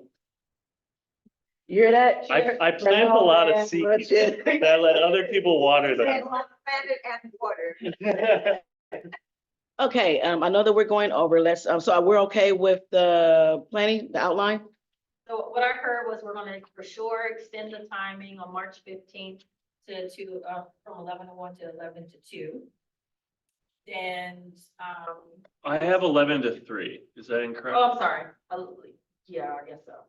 Yes. 11 and 3.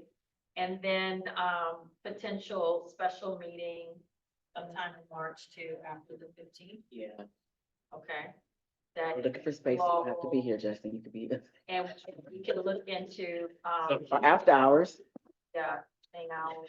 meeting. Can we do an evening hour meeting? That'll actually really As help. long as it's not the. I'm sorry, I know you like Is vacation. you guys can Evening hour meeting. Send me the dates you can do. How about that? Okay. Or to Gary on, for a special meeting. No, seriously, can you do after hour special meeting? I live in Tracy. I go home. If you have it in Tracy. Well, if it's virtual, if it's. But virtual, two of us. Oh, two of you have to be here in person. okay. In Tracy. I was trying to feed y'all. Tracy isn't a long drive for me. I eat in Tracy. It's a long drive for me too. I know, no, I said, I was being, I said, it's not. I don't try to think about the drive to go to Tracy. I take the other way. I live in Pittsburgh. I go right past. I was trying. Anywho, I'll be trying to smooth you over. It doesn't work. I know it It doesn't. doesn't work. It doesn't. So 11 to 3, and then, on the 15th, we'll look for, you guys will send us dates that work for you for a special meeting When do you need that? Us to send them dates? as soon as possible.